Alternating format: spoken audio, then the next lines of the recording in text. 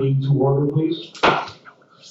If everyone would stand, we'll do the Pledge of Allegiance. I pledge allegiance to the flag of the United States of America and to the republic for which it stands, one nation, under God, indivisible, with liberty and justice for all. Thank you. You may be seated.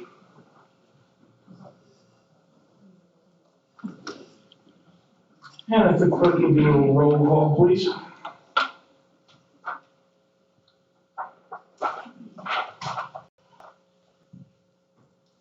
Mr. Simon? Present. Mr. Rosecrans? Absent. Mr. McGuire? Here. Mr. Sobel? Absent. Mr. Harper? Here. Mr. Litch? Mr. Remicchio? Present. And Mr. Fione. Present. Thank you. McCorm. We have a quorum. I'd like to take a motion for agenda approval as listed. Is there a motion? Mr. Chair, I'd like to see if we can, is it possible to adjust the order of the agenda items? I'd like to see if we can push the, here we go, thank you.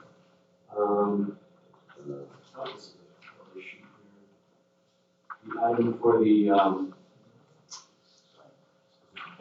that folder here.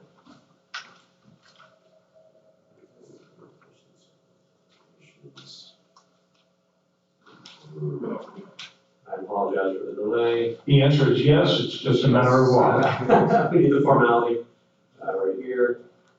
The staff items, if we could push those to the end and let the applicants be heard. Here it is, for the major master plan for the 10-point Beach Town Square master plan, major master plan. 7D, is that? For the record, can we say which item?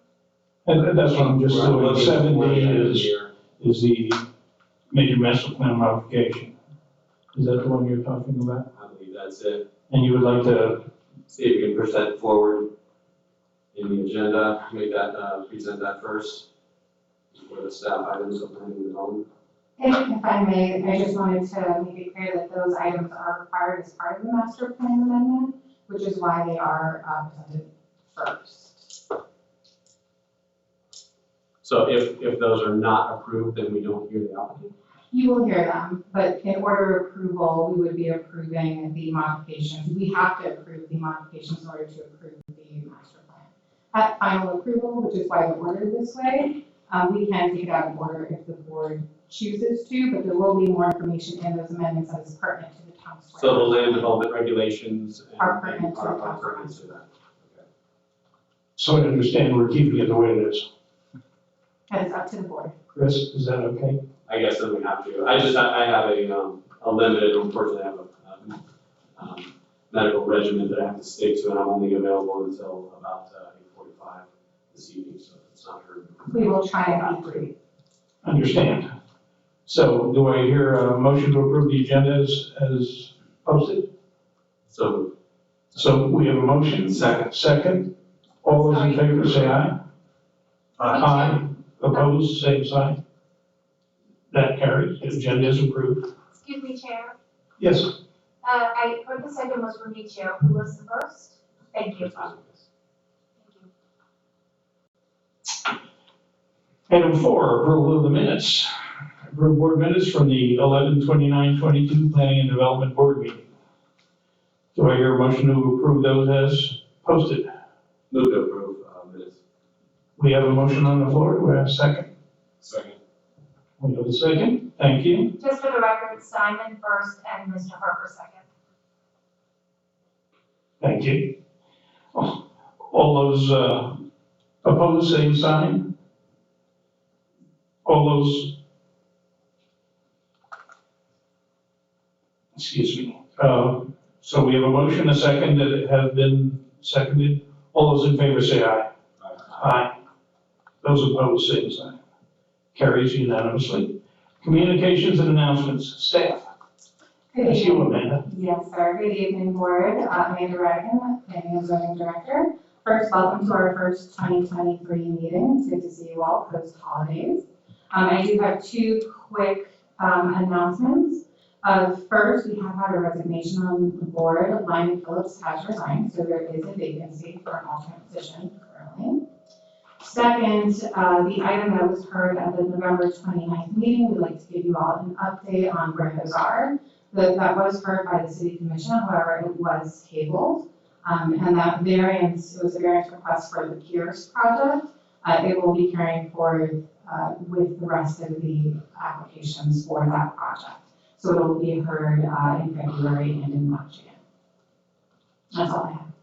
Thank you. If I can clarify it, so that means that I believe it was an 8-foot variance abutting another property is going to be heard again for like second reading. Yeah, so the Planning and Development Board approved it. It was moved to the City Commission meeting and tabled in order to carry concurrently with the other applications. So today you are hearing everything from that project except for variance, since you already acted on it. And variance will carry forward to the 2 City Commission meetings with that project, which will be February 21st and then the first meeting in March. Okay, Thank you. Item number 6, old business. I don't think we have any old business tonight. Let's move on to item 7, new business. Starting with A, approve modifications, amendment of regulation, chapter 2, land development process, article 2, services, section 2, standard applications to establish a process for proposed development agreements. Staff? Thank you. Good evening, Planning and Development Board. For the record, my name is Andrew Meyer, Senior Planner with the Planning and Zoning Division. Our first item on tonight's agenda is the Development Agreement Process Amendment. I'll be presenting that real quick. Next slide, please. So basically, just kind of a quick overview. Development agreements allow the city to set terms and conditions of developments, and they're typically used in large projects and or private-public partnerships, otherwise known as P3s. Per state statutes, development agreements can have terms of up to 30 years and freeze the city's development standards currently in effect for the length of the contract. The city does not currently have a process for development agreements, so any agreements fall upon the minimum requirements set by Chapter 163 in the Florida statutes. So this proposed amendment basically sets the development agreement process within city code and allows the city to set additional standards above state statutes, and includes 3 notable changes. First, to qualify, a project must be at least 15 gross acres to be eligible to enter into development agreements with the city. These are going to be your typically very large projects, such as, for example, like Town Square, and the mall site could be another one. Also, it establishes submittal requirements above state statute, including requiring a master plan or conceptual site plan to be approved at the same time as the agreement. Finally, it allows for flexibility within current standards to provide for alternative standards if approved by the City Commission. Next slide. Thank you. These alternative standards include establishing a public art fee within the agreement, the ability to reserve utility capacity for water and wastewater service for up to 6 years from the date of the agreement at no developer cost. Master plans or modifications approved with a development agreement shall remain valid up to 24 months, and developers will have up to 72 months after a site plan approval as part of the development agreement to secure building permits. It's important to note that City Commission chooses which, if any, alternative standards are made available in a development agreement. None of these options are going to be given by right. That concludes my presentation. Staff is available to help answer any questions you may have.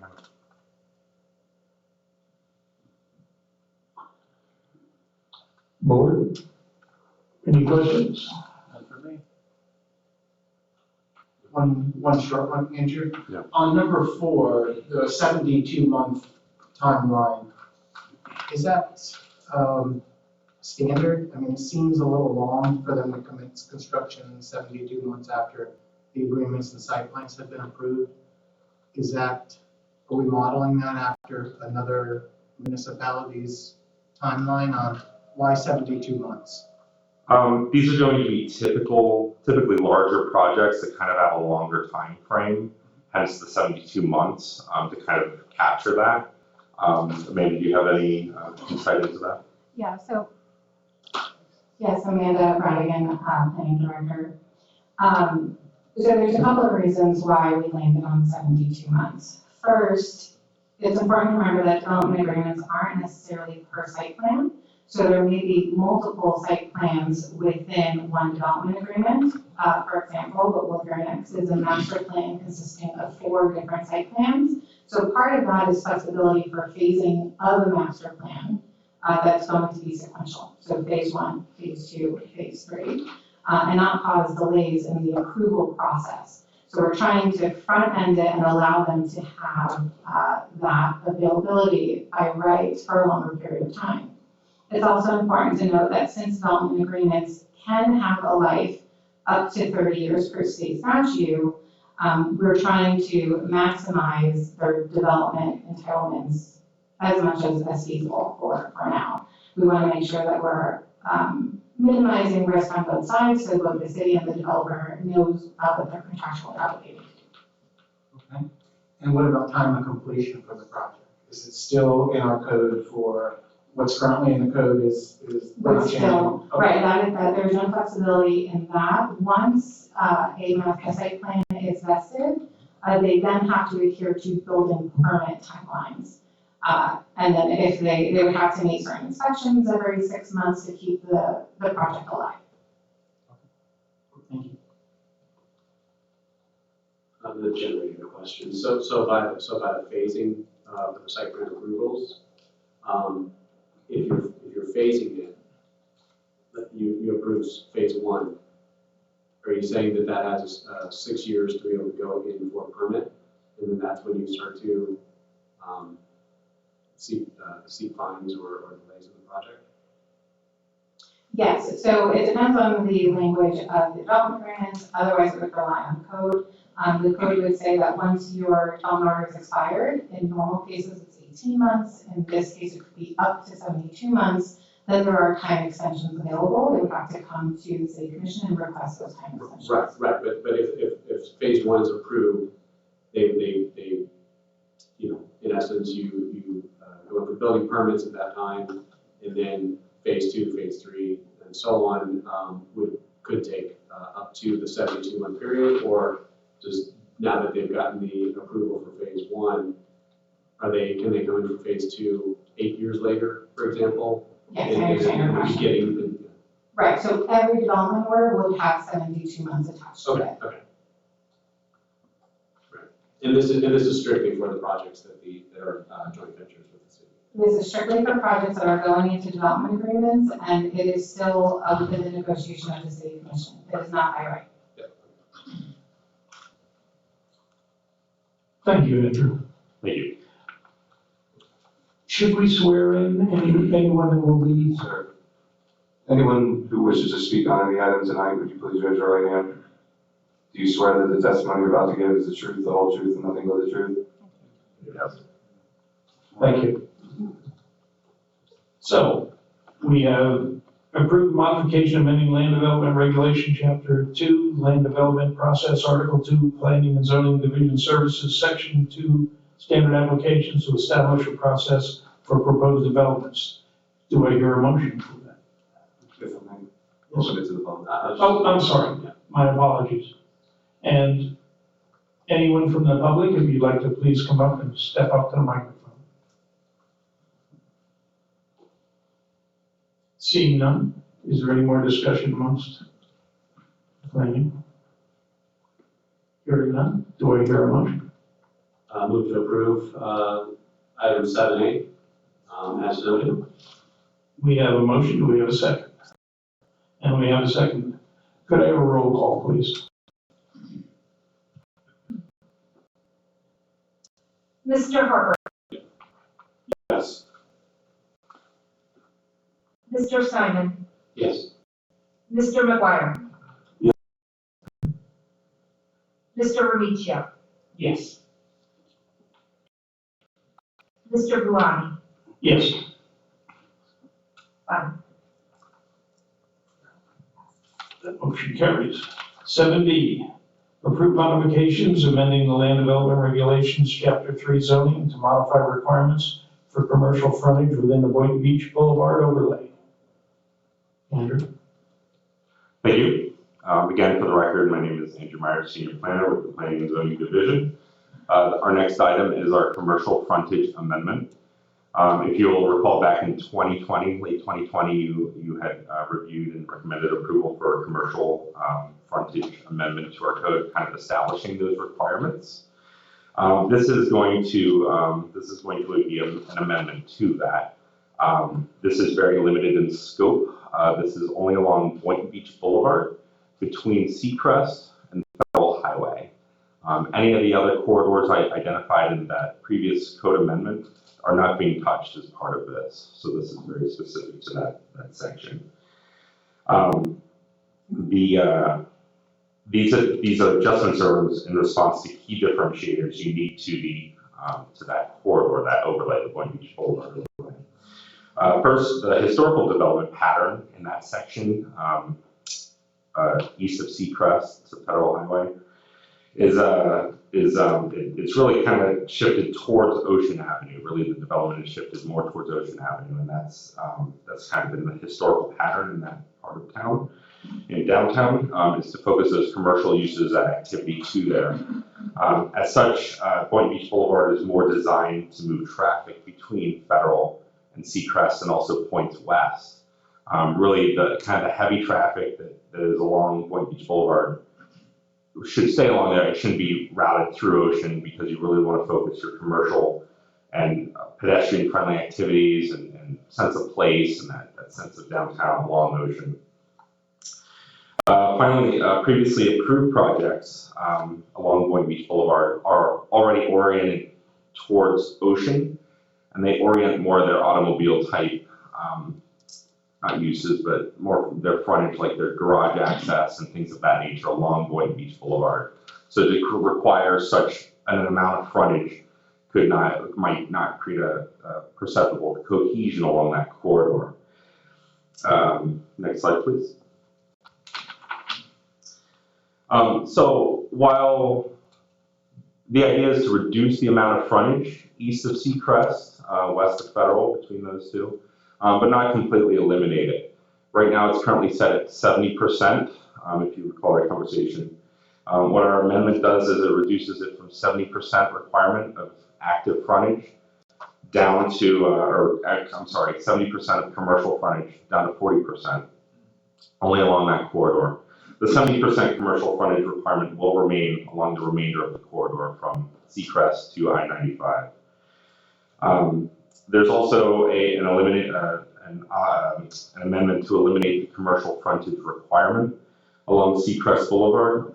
Seacrest is a residential street, so requiring commercial explicitly in that overlay, which is really only about 300 feet north and south of Boynton Beach Boulevard, it's not very conducive to that. So basically this is, but it's not going to prohibit commercial uses from establishing within that area if the development comes in and they choose to do so. It's just a requirement of it is going away. And then there's clarification on what we mean by minimum commercial space height. Previously the code was vague about it, it just said ceiling height of 13 feet. This is specifying precisely it's the vertical distance between the top of the first floor slab and the bottom of the second floor slab. And the idea is that there's enough clearance in there to create quality commercial spaces. Ceiling is kind of ambiguous and it can be measured either to the slab or to the finished ceiling. So we're just clarifying that so that it's very clear for developers. That concludes my presentation. Staff is available if you have any questions. Thank you.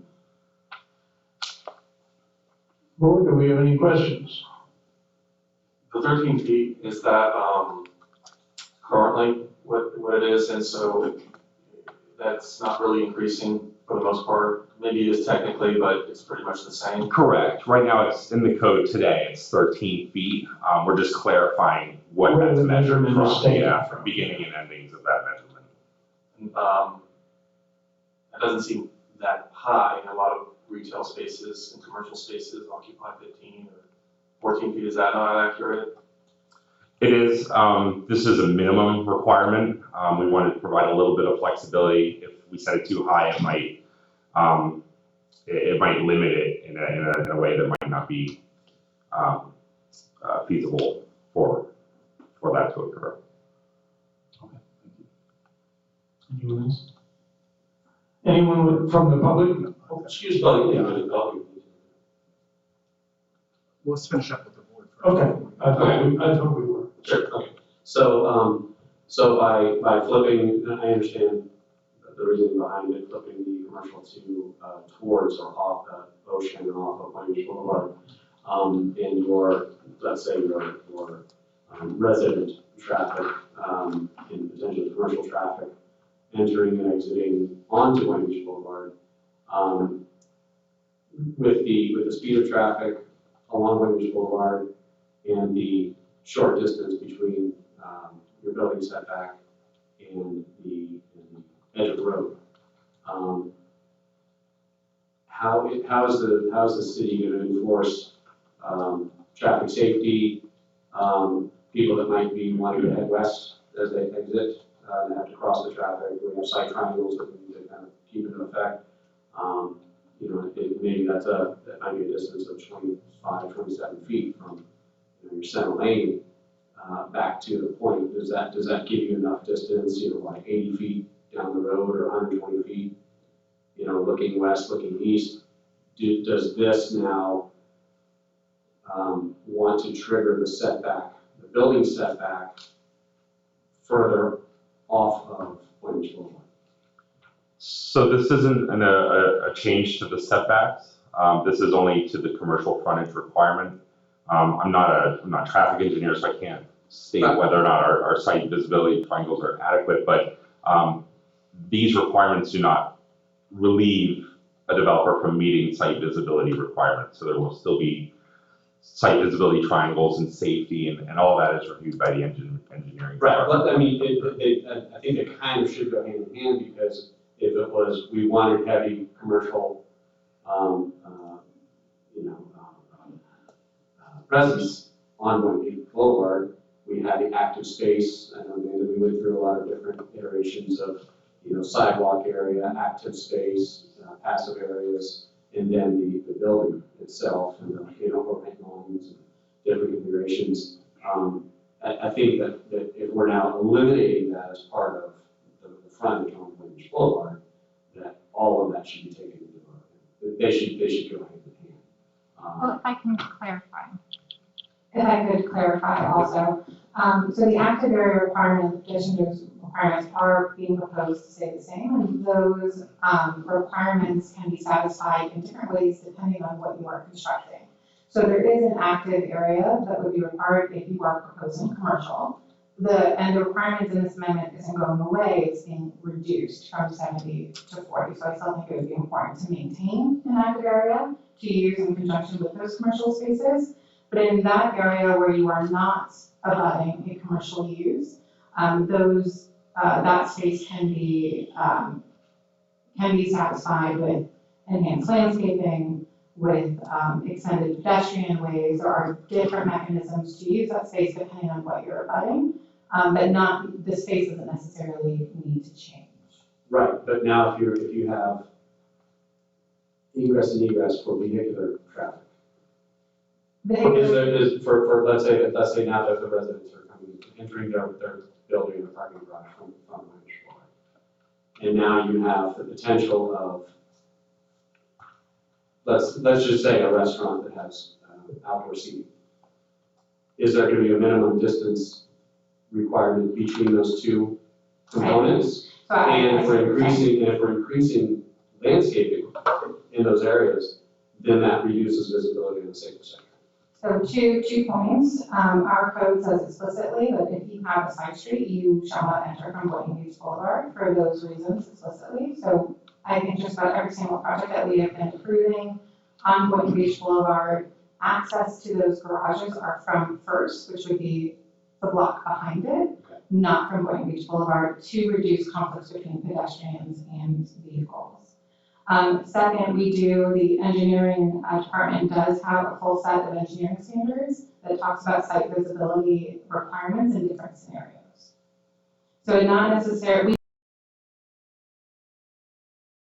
we would, through the site plan process, decide where is safe for those spaces to be. It's not necessarily, the code doesn't necessarily say where it needs to be, it just needs to front the road, and it's this much percent. So it has the flexibility built in to say this is an appropriate place for commercial space, and this is not an appropriate place for commercial space. Or the traffic flow. Or traffic. flow versus the. Absolutely, all of that is looked at on a site-by-site basis, and we But will always. not verbiage. I'm sorry? But there's no verbiage in the code for like a set distance or anything. Not within the land development regulations, those are housed within the engineering handbook and engineering commission. And then I do agree with, Fellow Chair, Wire about the ceiling heights. I think that could be looked at. I mean, we've got, just looking at, places like West Palm, Lake Worth, Delray Beach, Boca Raton, we have, there's a lot of commercial spaces that sometimes are 2 stories, or single floors with, higher ceiling heights. And I think it would be beneficial to some of the obviously the developer's gonna work with, the tenants to build that accordingly. But if their master plan only allows for 13-foot ceilings, because that's the minimum, and most developers, we all know, are gonna provide the bare minimum of retail space, which we even see on the application tonight, to even lower it, that they're not going to, let's design something that allows for a very interesting and unique business opportunity.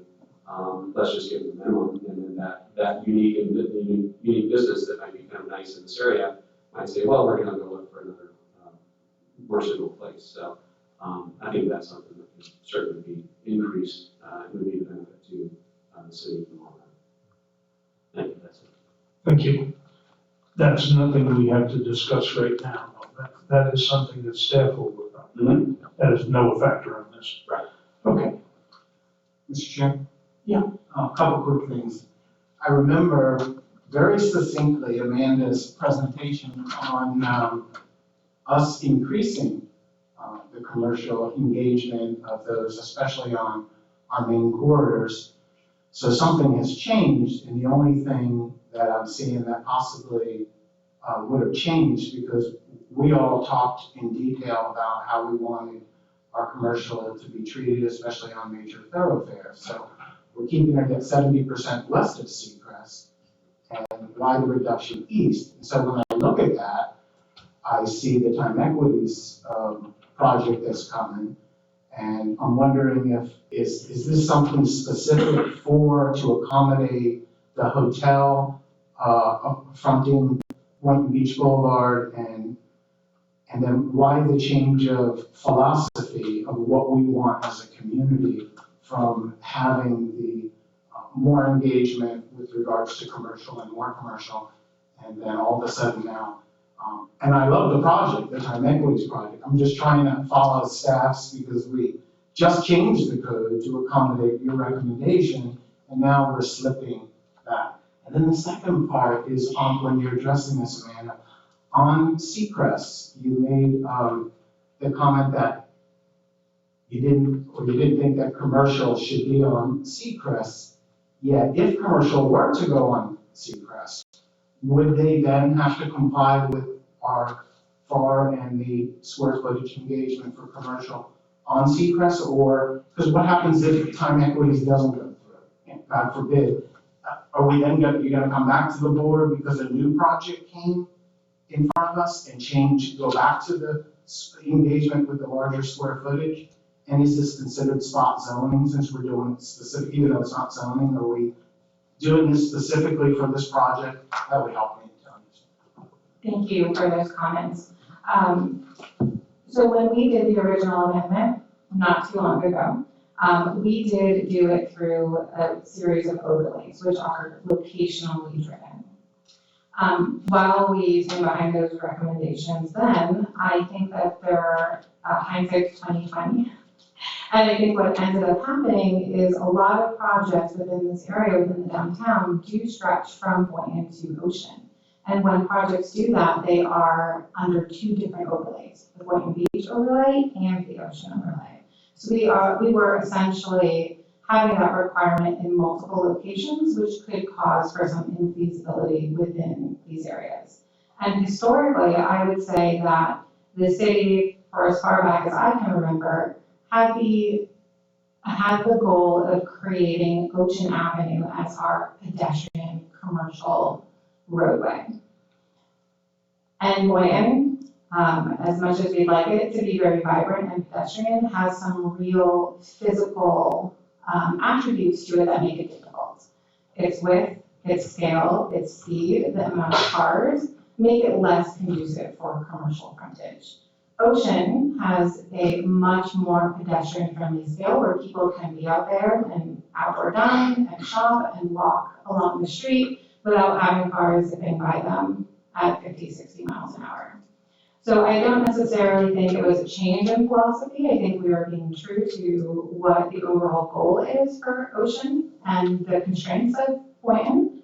And I think that this is really a refinement of the initial amendment, in my opinion. And to answer your question about spot zoning, since this is done through overlays, it does affect multiple properties. It would affect all the parcels within this area. I would say several have been approved. If they were ever to be revised, they would need to meet current standards. Any new development would need to meet these standards also.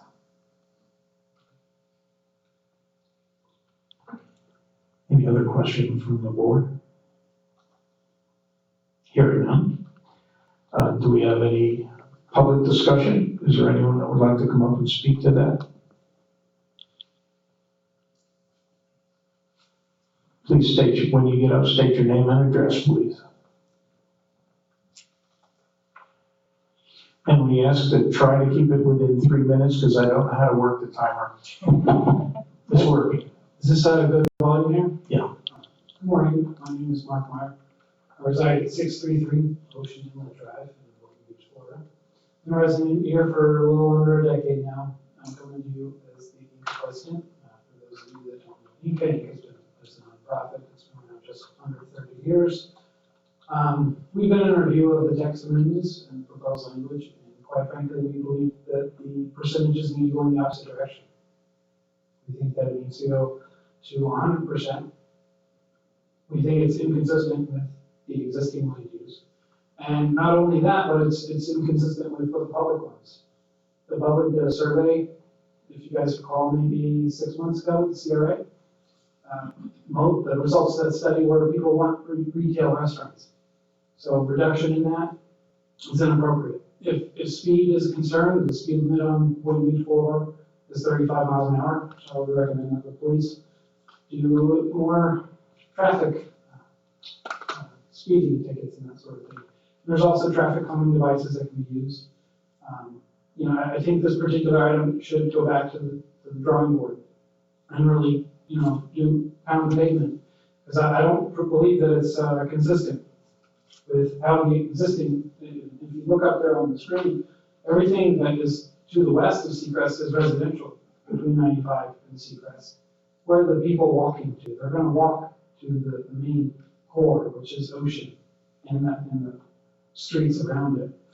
I think it'd be appropriate if we said 100% frontage with an option to relocate that to another area in that corridor on that particular plan, or perhaps 50% frontage if they do 2 stories. This is something that should be coordinated with the public, and I guess this is the meeting forum for that. Not sure where my time's at, but if you guys have any questions. Continue, yeah. If you guys have any questions, I'm happy to go over them with you. I am a land use planner by trade. I also have a background in finance and construction. So with background in construction, kind of leads me to the 13 foot height. It's minimal, after you have 3 feet for your MEPs, your mechanical, electrical, plumbing, those sorts of things, you really end up with a 9 foot or 10 foot ceiling, which is not, it's not great. When you walk to these other urban centers, they have much higher ceilings, they have options for mezzanines and that sort of thing. So I would think really about reducing it within this area, which is our commercial area, if you look at the existing uses that are there. So I appreciate your time. If you have any questions, I'm happy to take them. Thank you. And I'm going to open it back up to the board if there are any questions, and then I will also see if the staff wants to say anything. Please.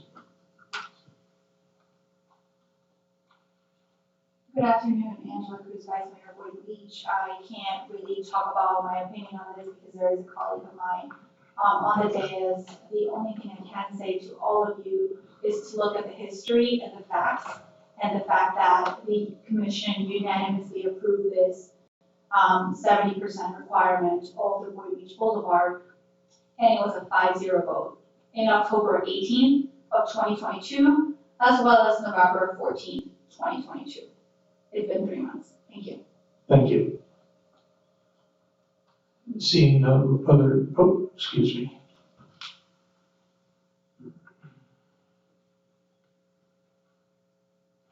Hi, my name is Chuck Baygood. I'm at 210 Southeast 2nd Avenue. And the reason I'm bringing it up is someone mentioned there won't be any egress from the garages on the Boynton Beach Boulevard, only First Avenue, or First Street. Where is the traffic going to go from First Street? Is it going to go down to East 2nd Avenue, which is like 4 blocks long? And now to get to Seacrest in order to going northbound on Seacrest, it's like 3 lights to make a left turn to go west into Boynton. And I'm sure there's going to be a garage on East 2nd Avenue too. I haven't seen the plans from this new place, but 4 years ago when we had the meeting, that's what the proposal was. A U-shaped building from Seacrest to East 2nd, and then back up to First Street. And the garage was going to be in the middle on 2nd Avenue. And at that point, they asked what plans was made for traffic flow. And the next meeting, we're going to talk about that. Because I live there, and right now it's a freeway coming from Ocean, south on 3rd Street, west onto East 2nd Avenue, and then either turning or going straight to Seacrest. So I know that in the area here, you have signs that you must stop for traffic or for pedestrians. That would be a good one to have all over, because that would stop traffic down. And someone mentioned 65 miles an hour on Boynton Beach Boulevard, I thought. I've never seen that. I don't know where that would come from. I don't know, you can't, I don't know, it's not feasible. And if you look at 500 East here, no one parks there goes to Hurricane Alley. Doesn't happen. They're not gonna do that for Block Go or whatever, try and walk all the way around the buildings and go there. And this is what happened with Ocean, there's no parking on there. And on Los Angeles, 1-1, same thing. They finally put a sign after 5 years out front, parking in the rear, because those restaurants were going broke. No one knew you could park around back, and it's a limited access to get into the back too. And I'm afraid that's going to happen here, just like the stores over on 500. They need big grocery store here. Little mom and pop stores are okay for some areas, but you're talking about building a huge building here. And you're talking about commercial down Ocean, which right now is a nice residential street. And I think the commercial down Boynton makes much more sense. I mean, that's what they're supposedly moving Hurricane Alley to. That's what I heard. They bought that property and they're gonna build a 2-story building on Boynton Beach Boulevard, for that restaurant. So it makes sense to maybe have more around there so they can stay in the business. That's it. Thank you. Thank you. Are there any other comments? Item 7B, approve modifications to amending the land development regulation, chapter 3 zoning to modify requirements for commercial frontage within the Boynton Beach Boulevard overlay. Do I have a motion? We're done with discussion. Or, I'll, so move to approve. Do we have a second?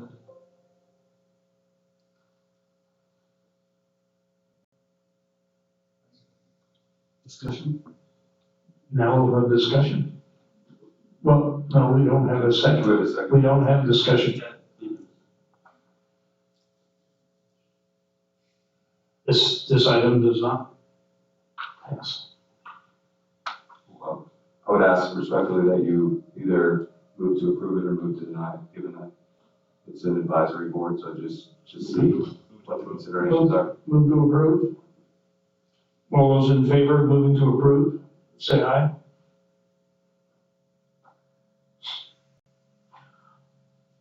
All those in favor of moving to disapprove, say aye. Aye.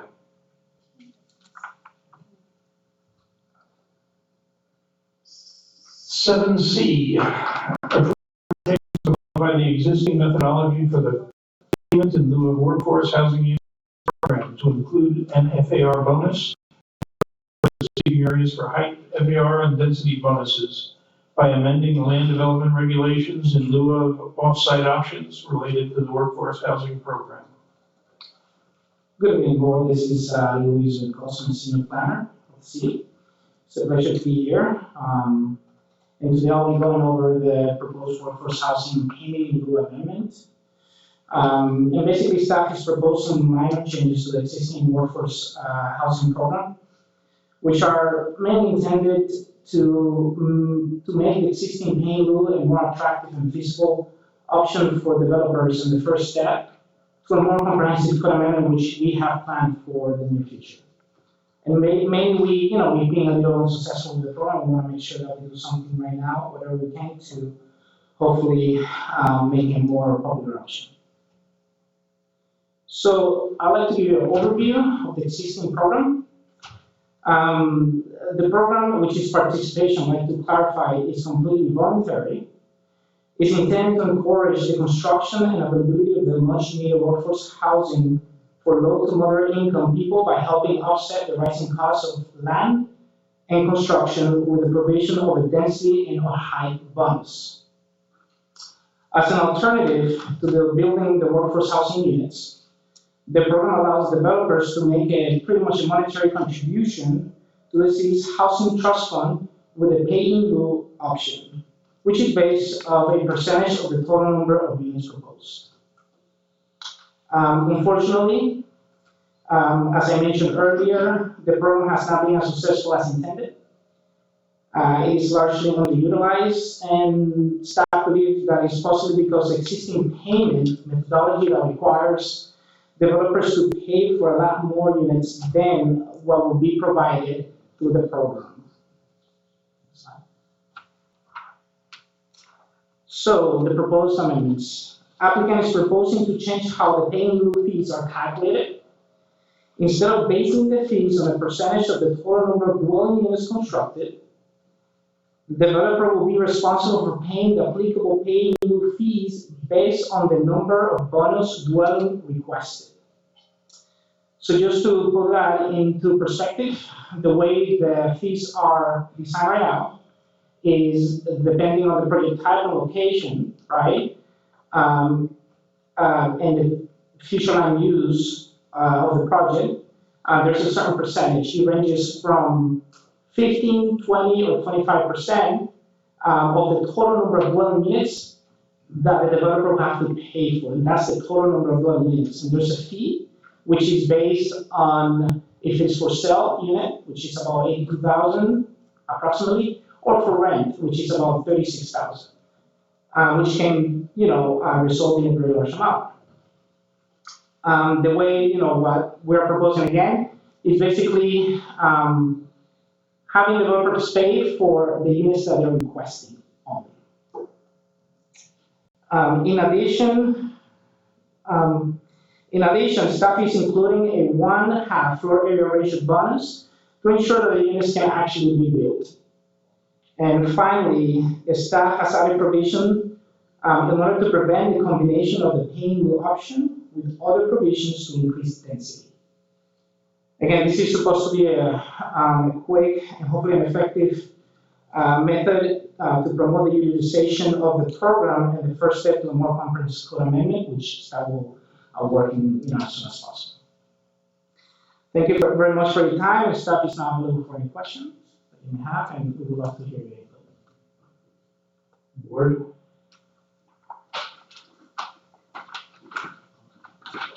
Can you go back to the previous part? So, make sure I understand this, there's a lot of jargon in here. So, basically, this is a proposal to allow for developers for increased density, basically. And therefore, they can pay to circumvent the workforce housing portion of our recommendations or the county's recommendations. Is that about? It's based on the income cap, yes. Well, to be clear, the current workforce housing program has two current options. There is a build program and a pay and live program. Both would be considered participation in the program. One gets you built units. The second gives you a fee, which is put into the city's housing trust fund that the city then uses to fund workforce housing. So there are two different mechanisms, both existing within the workforce housing program today. I mean, I just see two issues with this. The fact that, we don't have unlimited land supply in Boynton Beach proper. I mean, we're pretty much coming close to that problem. And, it's just basically almost promoting for developers to do this. And I know historically with the county, developers pay the fee because their performance are so robust and front-loaded. So, just initially, I think that this is just very developer-friendly. And at a blush, I'm not liking this. So I thought I'd express that. I can make two comments. First, our program is voluntary, both the payment or the build program. Unlike the county, which I believe has a mandatory inclusionary zoning ordinance. So development within the county, and I do not work for the county, but my understanding of that program is thou shall produce workforce housing. It doesn't necessarily need to be on site. They have displacement programs where, and I actually believe we have one coming to the city, where they have to provide it. If it's not within that project, it is within another site within the county.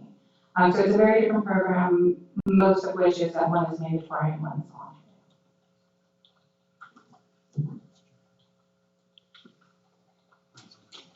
voluntary. Any other comments? Yes. So a couple things. I really don't like this. It's really counterproductive to what we're trying to do in Boynton. We really want to create something special here. And I'm afraid, when you look at what we really need, we need Class A office space. And we're really trying to jam all of this workforce, affordable component to our downtown that's not really necessary. And if we open our minds up a little bit about the future of how you want your city to evolve, I just don't see this in the picture. When you talk about the county's program that they have, for example, if you need to build affordable housing in Boynton, for example, you can then take the portability, you could build those in Belle Glade, you could build them in Riviera Beach, an appropriate place for if you need a lot of workforce housing. But there's no trigger or mechanism for Boynton to actually get affordable housing with the payment in lieu of. As Cortland mentioned, most of the developers are going to pay into the in lieu of fee. And how much do we currently have in our housing trust fund? Do we have a substantial amount of money? No, and part of the reasoning is that this program as a whole, the workforce housing program, both built and the pay and lieu program, has been largely unsuccessful. Right. We have had. There's a reason for that. One, and again, these are two different programs. Partly, I think, is because of how the methodology is laid out to pay for those units. There are circumstances where you would be paying per unit at a higher rate than you would be getting density for with the current program. This adjusts that. This amendment really does only two very small things to get this portion of the program up and running. The first is adjust how we count the fee. It doesn't change the fee, it doesn't change applicability or eligibility. It is simply how we're calculating the fee. And the second is the addition of an FAR bonus of 0.5. So if we're giving you units and we're giving you height, which is already in there, this is also giving you area to build those. Like Louise said previously, staff recognizes, and I believe the commission has also recognized, that there is a larger overhaul of this ordinance that is required. That is a much bigger undertaking than what is happening right now. This is trying to pump some life into the program that we have had a lot of interest in, but has so far been infeasible for developers to participate in. So what I'm hearing from not only this board over the last year or two, but from the commission, they don't want to see an increase in density and an offer as an incentive, more height and more density for affordability.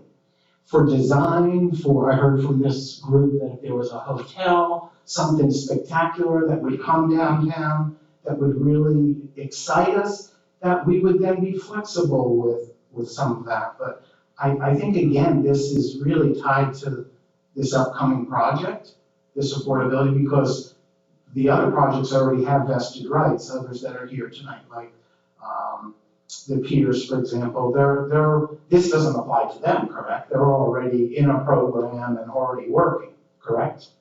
This would apply to any project who is going to be submitted under the current regulations. So other projects might be under the previous version of this. Right. So this is going forward. We're talking about going forward with new projects. This is what's being proposed. Yes. So time equities would be one of those that would need to conform to this. Is this another item tonight that's being adjusted for the time equities project? This is a citywide change. The calculation of how we calculate workforce housing for the pay and lieu is citywide. It is not just locational. But without any teeth, if we really want affordability, why not make it, I'm not proposing it, I'm just saying, if it was your point, then why wouldn't we make it a requirement or mandate that they build those units as part of their project instead of the payment in lieu of?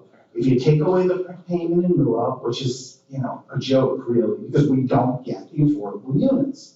But then the other side of it is, we have to look at the affordability of Boynton in general. And when you look east of I-95, there's a lot of affordability. When you go west of town, there's not a lot of affordability. So there has to be a balance, but I just don't, as I aforementioned, I just don't like the payment in lieu of. I don't like the calculation, and I don't like incentives for density and height when it's not necessary. We're going to 85 feet. We've already lowered, this board and the commission has already lowered the height from 150 to 85 feet in the MU district. And I think because what's going to happen is all the projects are going to have an affordability component to get the 25% density and height bonus. And what are we going to have? Are we going to have people that live downtown that can actually afford to shop downtown?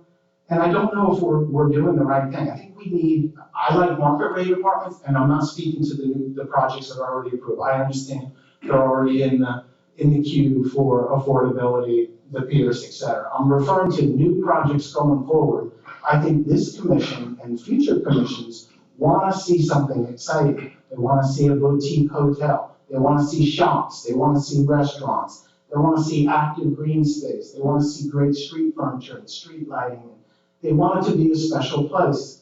And I think we can create that, but I think if we fall into these traps that I call them, then I think 10 years from now, we're going to be scratching our head. Why don't we have the tax base? We have all these big, huge developments that have a lot of apartments, but they're not paying a lot of ad valorem taxes. And a lot of that has to do with what you're building. and because they have income restrictions, et cetera, over a long period of time. I do want to be clear that if you are participating in the pay in lieu of program, you are not building workforce housing, just for the record, I want to be clear. Okay, so those two things wouldn't happen in the same building. If you are doing the build program, then some of your points or concerns would be valid. For the pay in lieu of program, there is no workforce housing actually being built. You are getting a market rate product, and the city is getting the benefit of the dollars for those bonuses for the city to then do with as we please, where we please for those funds. I just wanted to be clear. I understand, but I'm not sure, I think both of my points are valid, by the way. But I think the latter point is the most important point, and that is the fact that they're not building affordable housing in the payment in lieu of. And there are some very exciting options when we do a more cohesive overhaul of this program to allow for bonuses or intensities for certain things that the city is looking for, like a hotel, like vibrant places. Absolutely. I think those can be worked into an ordinance. Thank you for those comments. So my main question is this fund that's set up via this, the pay in lieu, at what dollar amount that this fund collects is the city able to act and actually do something to provide workforce housing? 100% of that fee must be used towards. What I'm saying is, you say right now there's not a lot of money in the fund, it's not being utilized. Yes. When the city gets to $10 million to do a project, is it $100 million, is it? That fund could be used for projects, it could be used for grant funding, it could be used for rehab projects, so it's not just building projects, for example, it's also to fund grant money. And any other program that the city as a whole wants to use those funds for. Okay. And on average, I don't know, say if the Pierce, it's not really not well hanging about them, but if they were to do this pay in lieu, how much money would the city make on something like that? So it would go, if we're doing for rent, it would be $36,000 approximately per unit above their base density. So if So it was if they 10 are- each unit, the city would get $360,000. Exactly. Okay. And then so And it is $84,000 for every for sale unit. got it. Question, how do you get enough income by getting 36,000, and what was your other number for the for sale? 84. How do you get enough money in your fund? You can't build anything with that 86,000. That was my question. You're not building it. How many projects does this pay in lieu have to be used for in order to fund something significant? Yes. Thank you. These are all very good questions, which is why I like to preface that this is a piece of a much larger overhaul. That number is currently, I want to say, about 15 years old. That number, the fee by state statute, the impact fee has to be based on a rational nexus. It is not something the city can just come up with. And it is typically done on a gap analysis. So that number should represent the difference between an affordable housing rate and a market rate. And those are the numbers that are used in order to create a pay in lieu of program. As part of our overhaul for this program, we will have to go out and do an additional national rational nexus study to update those numbers since they are so old. 15 years ago, maybe you could build something with that. Now, as you all know, it's not adequate. So obviously the planning department has a lot on their plate, they do a lot of things. So why come with an amendment instead of focusing on a complete overhaul? It sounds like we're kind of just putting a band-aid on something where you're acknowledging a complete overhaul is needed. Sure. Yeah, so this is a complex problem. This is something that we are not in a bubble trying to solve. The county is, the state is, the country is. And there is a lot of options, and it takes a lot of time to root through those. It takes a lot of political influence. It's something that we need to talk to each one of our elected officials about on the types of tools that they want to see move forward. So it's just much more timely to take care of. Awesome, thank you. So what I understand overall is no matter whether this passes or fails, we still need to overhaul the system.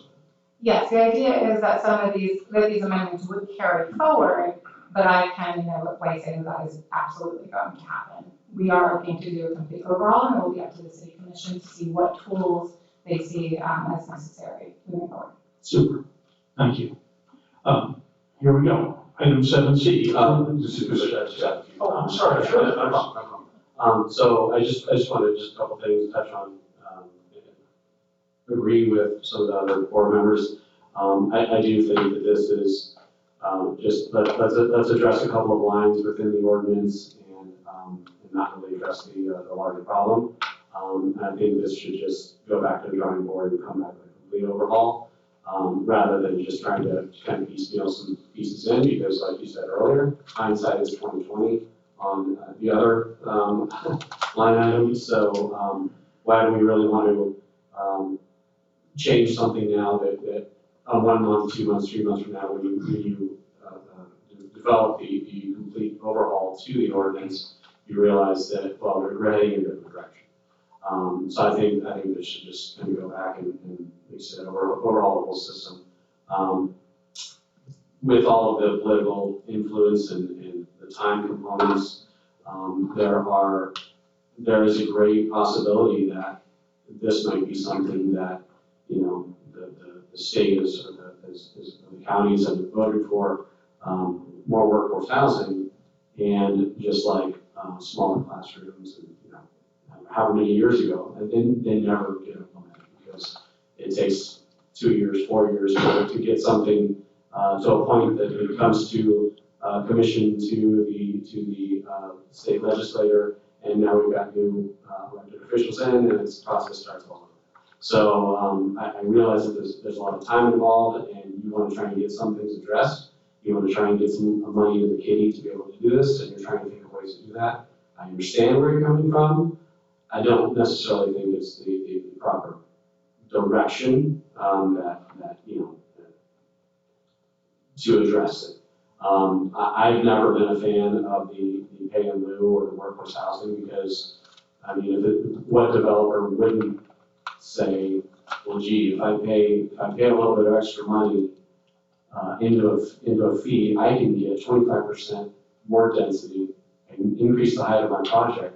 Now I just increased my profit in the end, and I just got to give a little bit of money to this kitty, and why wouldn't I do it? So them not having to build workforce housing within that project, I think is a misstep. I think it should be either they build a workforce, if you want that extra profit in the end, then you build it in that project. And that also, with the 36 to 84,000, sure, I'm gonna say that all apartments have to pay less into the fund.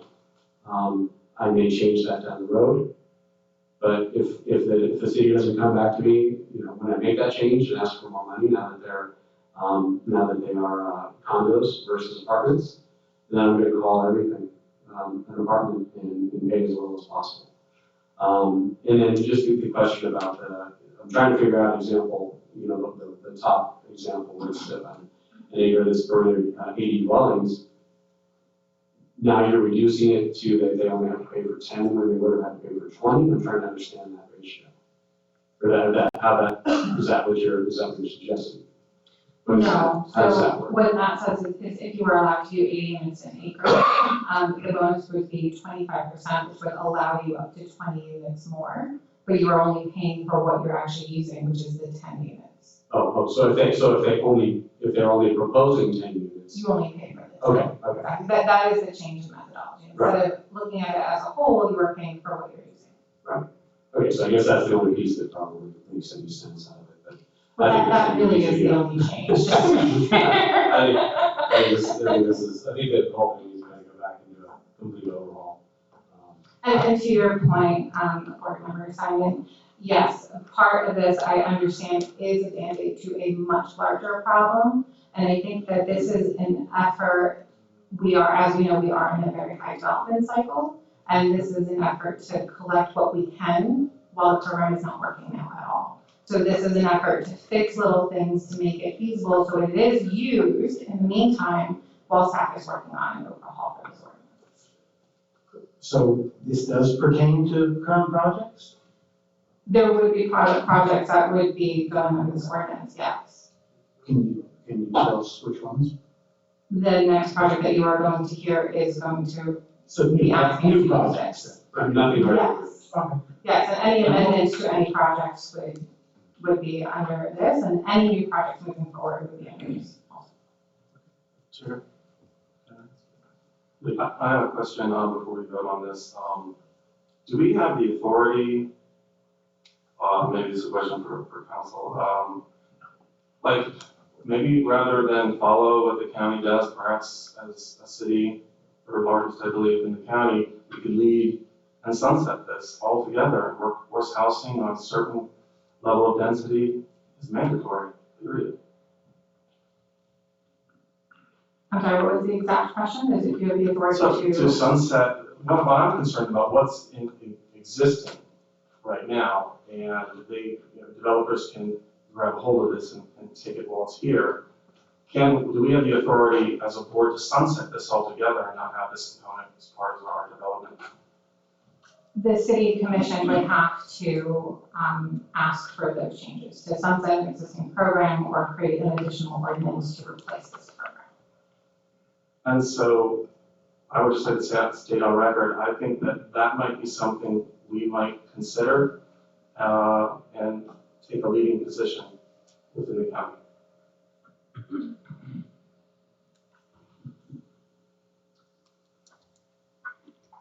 I will read item 7C. Mr. Chair, if I may, the public. Oh, I'm sorry. Thank you. Public. I didn't see anyone coming up to the mic, but please. And though we know it, you have to say it again. Good evening again, for the record, Mark Meyer, 633 Ocean Inlet Drive. There's some components to this particular amendment that I'm a little confused by.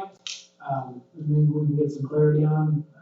Can you do the workforce housing component, buy out of it, and then you increase your FAR 50%? So if they are increasing their workforce housing 50%, they should be, or by 25%, they should have maybe the FAR, but if they're not participating in the program, or if they're just buying out of those units, I don't see that it'd be appropriate for them to increase their FAR. So, only if they're participating in building the actual unit would they, in my recommendation, my perspective, be allowed to have the FAR. But I agree, I think back to the drawing board and try to lead the county. Appreciate it. Thank you. Are there any other public comments? As I said, I will read 7Z. I will ask for a motion. If there is no motion. I would ask for a motion in a second and then have a roll call vote and see how you vote. Exactly. Approve modifications to modify the existing methodology for the payment in lieu of workforce housing units program to include an FAR bonus and to clarify the receiving areas for height, FAR, and density bonuses by amending land development regulation in lieu of offsite options relating to the workforce housing program. Do we have a motion? We have a motion. We have a second. Do we have any more discussion?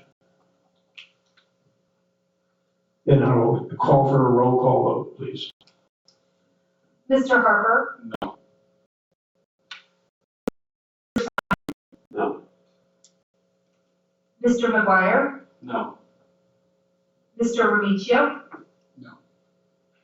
Mr. Vioni? No.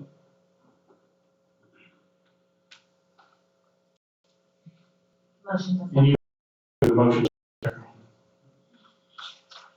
Item 7D, and that's why I was, just for the legal side of the house, if we read the item and we do not get a motion, it also dies on the floor, does it not? Correct, but as an advisory board, it'd be more, Okay. just to see how Got everyone it. votes and Got it. see how everyone, what's the Thank you. consideration. So we're passing it on to the commission. Item 7D, approve request for major master plan modification of the Boynton Beach Town Square project to amend the number of buildable dwelling units, revise project phasing, reduce the commercial use areas, and decrease the number of hotel rooms. The subject properties are bounded by Seacrest Boulevard on the west, northeast, southeast First Street, east, Boynton Beach Boulevard on the north, and the southeast Second Avenue on the south, and are currently zoned MU3, mixed use 3. Applicant Robert Singer, Time Equities Incorporated. Staff, or applicant, I'm sorry.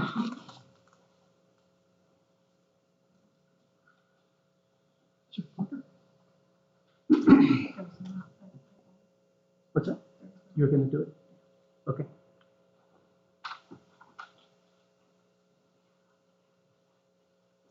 I'm used to this. Good evening, my name is Bradley Miller. I'm with Urban Design Studio from 610 Clematis Street in West Palm Beach. And I'm the land planner for Boynton Beach, and some of you know, some of you don't. I had my own business here for 23 years, been around Boynton for 30 years. So I've always wondered why hasn't Boynton taken off. So my excitement level to be part of this project and my honor to be part of this project is touching. So with that said, I'm here representing Time Equities.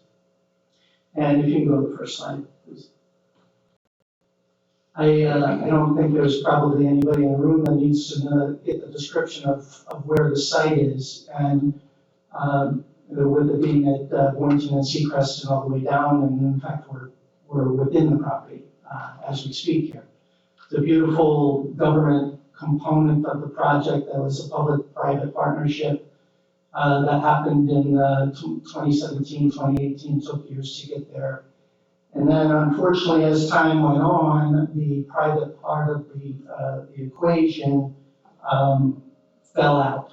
And JKM was the private partner that it didn't come through with building the commercial parcels, building the garages that were part of this project.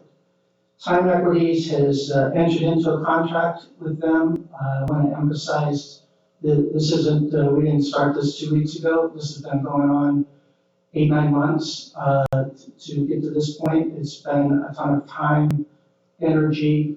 My client just sitting in the back of the room is probably also saying a lot of money to get to this point with a long way to go. So it's been within the litigation process now for several years. We're happy to say that just recently the City Commission agreed to a settlement agreement with JKM, which was the first step in a sequence of steps here for this project. That this won't be the last time you get to see me on this project by any means. So the settlement agreement is approved, and that allows the lawyers to finalize that and let us move forward into actual entitlement for a new project and to basically leave the old one behind. If you can go to the next slide. These are a couple of captions that we want to get away from. It's not good for all of Boynton Beach. It obviously wasn't good for the city, and we want to move forward and move beyond this. Enter Time Equities. You can go to the next slide, please. With Time Equities, next slide, please. With Time Equities, there's 3 major players here that I've been involved with. They have a lot more employees, but Francis Greenberger is the founder of, it's I think now approaching closer to 60 years of being in this business. He's an interesting read, look him up. Very involved in the process. Mr. Cantor is the COO, and then Mr. Robert Singer, who's here with us tonight, is his Director of Development Services, or Development. They have the numbers on there from their website. So they have about 40 million square feet of buildings throughout New York, Chicago. In fact, there's some of the projects on the next slide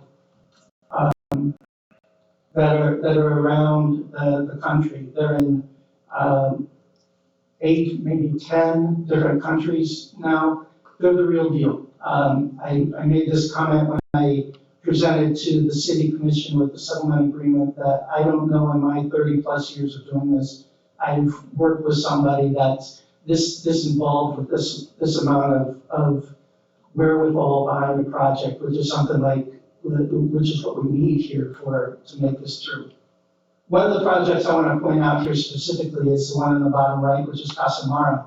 It's one that any of us can go drive to. In fact, I drive by it every day on my way to work to West Palm, called Casa Mara. And it's it was a similar situation where there was a property, there was an old Sears building there. They had an old beat up parking lot, and they came in. It took them 3 years to get through the entitlement process, working with the neighbors and getting through it. They now have a very successful project. If you can go to the next slide, that puts us into headlines like this, which are way too small for you guys to read at that point. But what it says is that they're full. Residentially, commercially, they're full. It's a great project to go. I encourage everybody to drive up there and go look at it. They've done a magnificent job with it.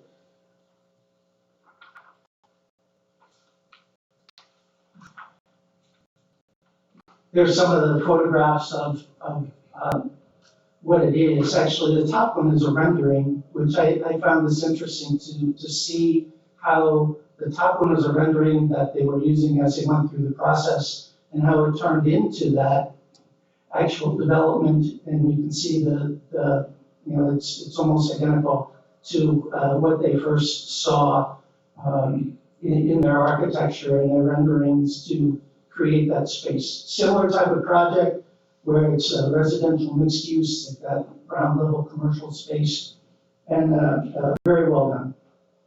So I guess I ask you to look at this tonight as moving forward. The past is the past. We can't change that. Actually, we are changing that by moving forward and moving into our, of course, biased opinion of a much better project for Town Square, for all of Boynton Beach. So just for reference, if you can go to the next slide. I'm not going to spend much time on this, but this is the master plan that was approved and is currently of record today. Just to give you some reference, Boynton Beach Boulevard is the left side of the screen, Seacrest is at the bottom, and the orange blob there is City Hall and the library where we're at right now, and the green spaces are what's been done. The components, let's move into the next slide, please. What we're proposing to do is, and you may want to click, this is where I like to have the clicker. So this is phase one. The blue is the governmental part, the civic part. We've got the amphitheater, the cultural center, the children's museum, the parks, and of course City Hall and library within that phase one. Go ahead. Then we have phase two, and we're following the phasing that was similar to the prior, which is the south parcel, as we refer to it, that's south of the amphitheater. It runs between Southeast First Avenue and Second South Avenue for that whole block between Seacrest and First Street. And then what's being proposed here, and what's been discussed actually from the get-go of this, was the city had control of the parcel in the bottom left-hand corner of the slide there, which is slated on the current plan as a hotel site.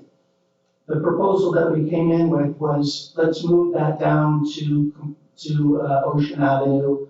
That's the area where if you want to have that hotel space, have that restaurant space that's been discussed in some of the earlier items here on the agenda. It has been at least going back into farther back than I know in the reference I'm going to make, but the CRA recommendation plan from 2017 was hugely focused on getting the pedestrian corridor and that place where the shops and the restaurants are along Ocean Avenue, We felt that it's much better location for that. And then what that does, if you can hit the next slide, is it creates a very similar block on the north side of the project for the residential development. So if we take that one more and get into our proposed plan, this is generally what it, just with very simple colored bubbles. With staff at the beginning, they kept saying, why don't you do it in colors? And through the process, I kept pushing back on it, knowing that when I get in front of boards and commissions, it's much easier talking about the blue square than it is about the area between the streets. But this then creates the government component of phase one, which is here, and then we have the residential and some commercial in the south component, and also in the north parcel, and then the hotel and commercial, or as we're starting to refer to it now, the city parcel, because that would be exchanged. It would be a land swap essentially between moving that parcel from the corner of Boynton and Seacrest into here. One question that came up earlier today with staff and it came up through the process too, but was what's the difference in acreage there? Both of those parcels are platted out right now at 1.1 acres, so it's an even acreage swap. Actually, when we're done with it, there's a thin strip that gets added to that parcel, so that the city would actually end up with a little more property in the long run. So next slide. So where do we get to? We can go one more. So what we're proposing here with the new master plan is a total between the north and the south parcels, which is what I'm going to be focusing on, is a total of 933 total units. We get that by the density of 62 units per acre, which is allowed by code and allowed by this participation in the workforce housing program. One of the things I want to point out about the workforce housing program is currently in the code, you're allowed to build higher with that bonus, but the 0.5 of FAR that goes with it keeps you from doing it. So you get that incentive to go higher and do workforce, but you don't have the other component of having the FAR, which equates to the square footage of the project as well.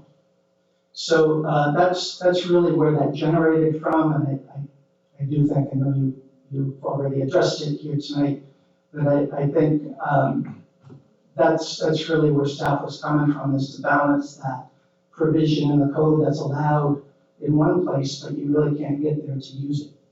So it defeats that purpose. So with the 933 units, you can, we've got close to 2,300 parking spaces between the two garages and on-street parking. And again, this is now for the overall master plan.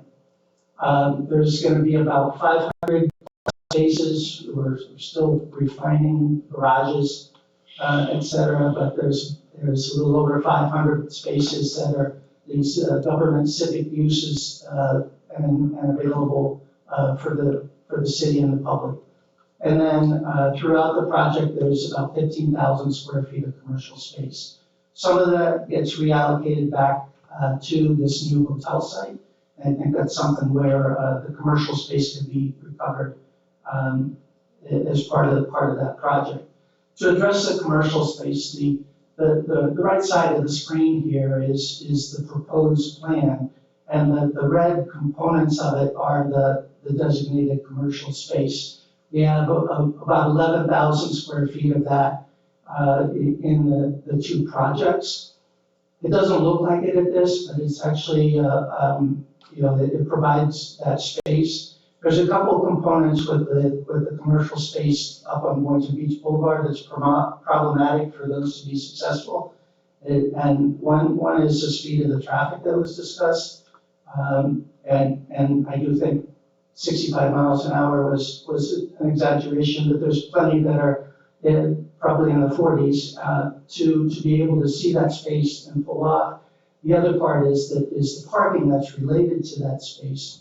But we're still providing that neighborhood space, the little shop, the little ice cream place, the hair salon, that type of community space that would be tied with that.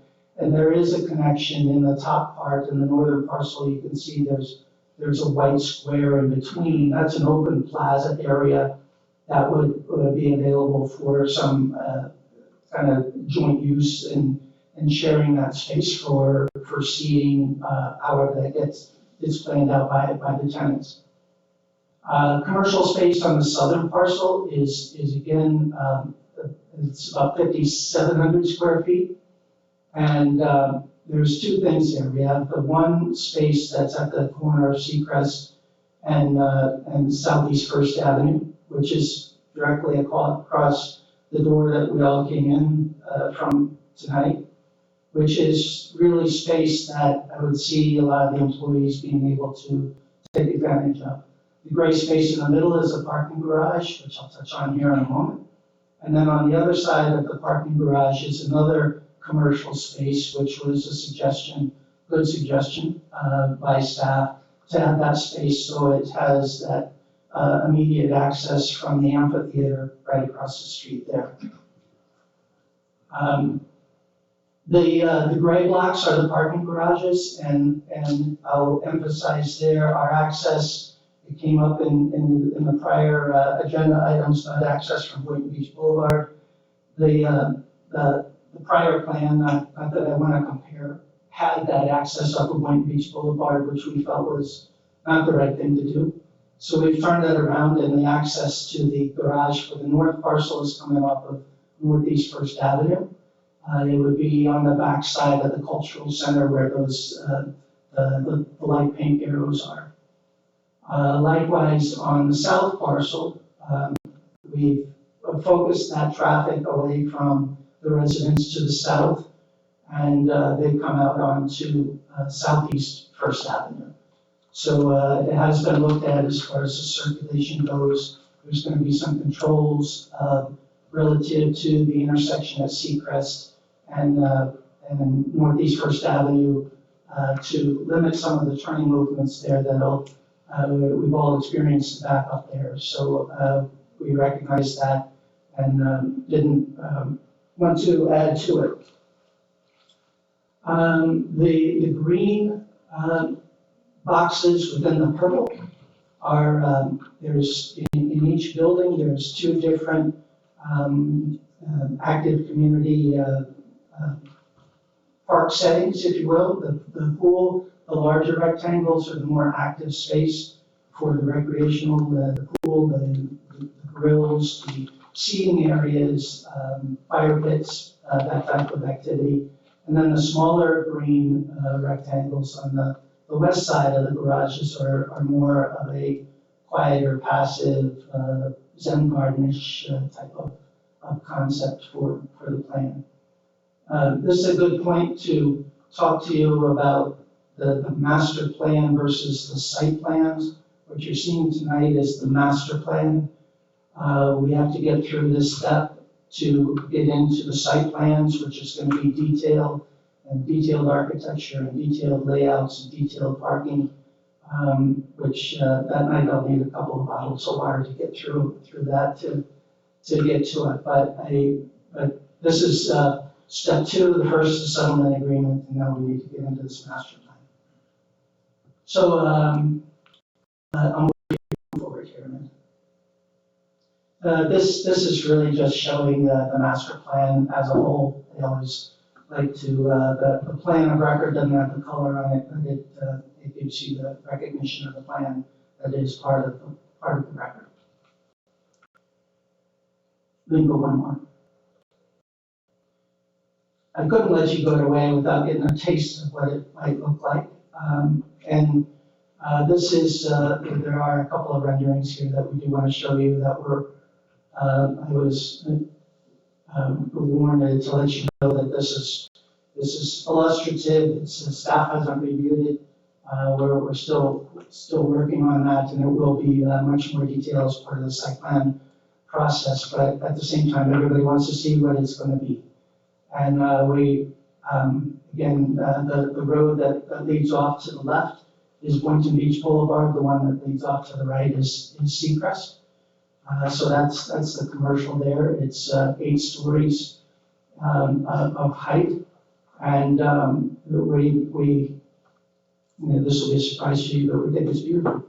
And there's been a lot of time put into this amount of detail, which again, I give credit to my clients. If we can kind of click through just a few more examples. This is the south building. The street that leads off to the left is Southeast 2nd Avenue, and the street that leads off to the right is northeast, actually at that place, it's Southeast 1st Street.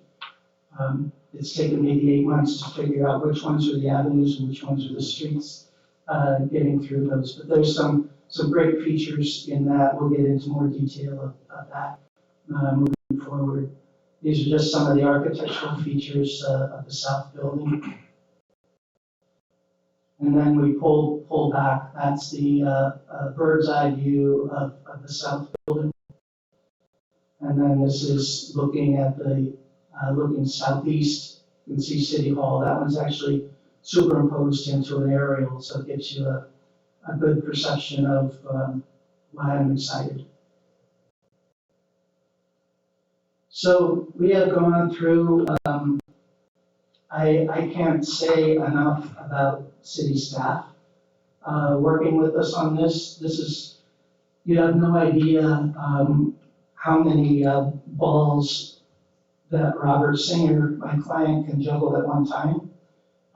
He's incredible, and to keep all this rolling and moving in the right direction, we couldn't have done it without Amanda, without Jayoon, without Adam, the staff all the way throughout.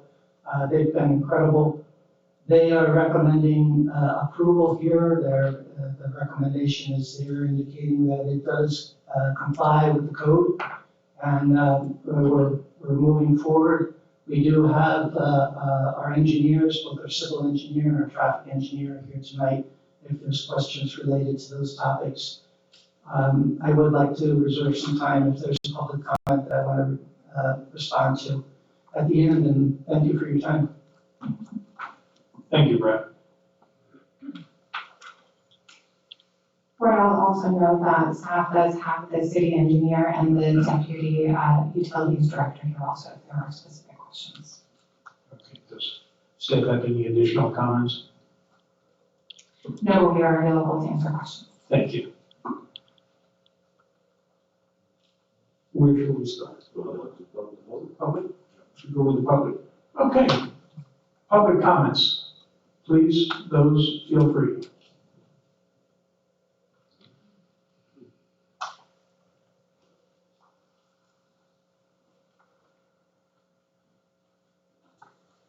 Good evening, Paul Ian Steelers, 217 Southeast 3rd Street, right around the corner.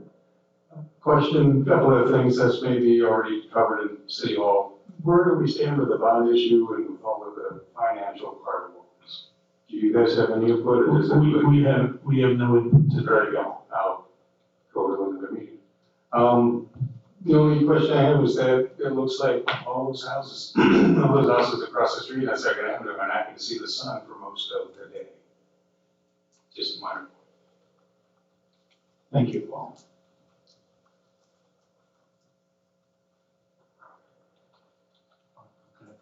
Whoever's first. I don't see any other public comments. So yeah, that was my first question. A compatibility issue between an 8-story building on the south parcel, which literally looks 30 to 40 feet. You're at someone's single-family home. Are there any step downs or anything of that nature? What's staff recommending as far as the compatibility? Yes, thank you. That is something that both staff and applicant have worked tirelessly around. We understand that it is a big difference in intensity to the neighborhood to the south. That line, Southeast 2nd, does represent the end of the CRA, and it represents the end of the downtown area. It is a very defined line on the zoning map. So there is a distinct difference in zone districts and intensities. There are a few things, and I will let Brad talk if he wants to about this also, that the applicant did that staff requested. First was, we requested larger setbacks, so the building is pushed back substantially more than required. And we also asked for steps in the building to allow for a smaller scale at the ground floor. And the third thing was architectural components that related in scale more to the single family than the 8-story building. So it was represented on one of the graphics, I believe architectural vignette. This is actually the facade that faces Southeast Second. So you can see they did first parking, which was an added setback. They did do front lawns and stoops, and they tried to create varying lower roof lines that were a little bit more in scale to the single family buildings versus the 8-story building. It is still an 8-story building, but these are the attempts to try and mitigate some of the compatibility. Another question. The people that live in those homes or own those homes, how does it work with this meeting tonight? Were they noticed or they're public notice? Thank you. So good question. So two things happened. Whenever these changes come through, they are noticed by the applicant within 400 feet. So they were noticed for this meeting and the city commission meetings. And on top of that, the applicant also chose to voluntarily hold a neighborhood meeting with that group. That was held last week.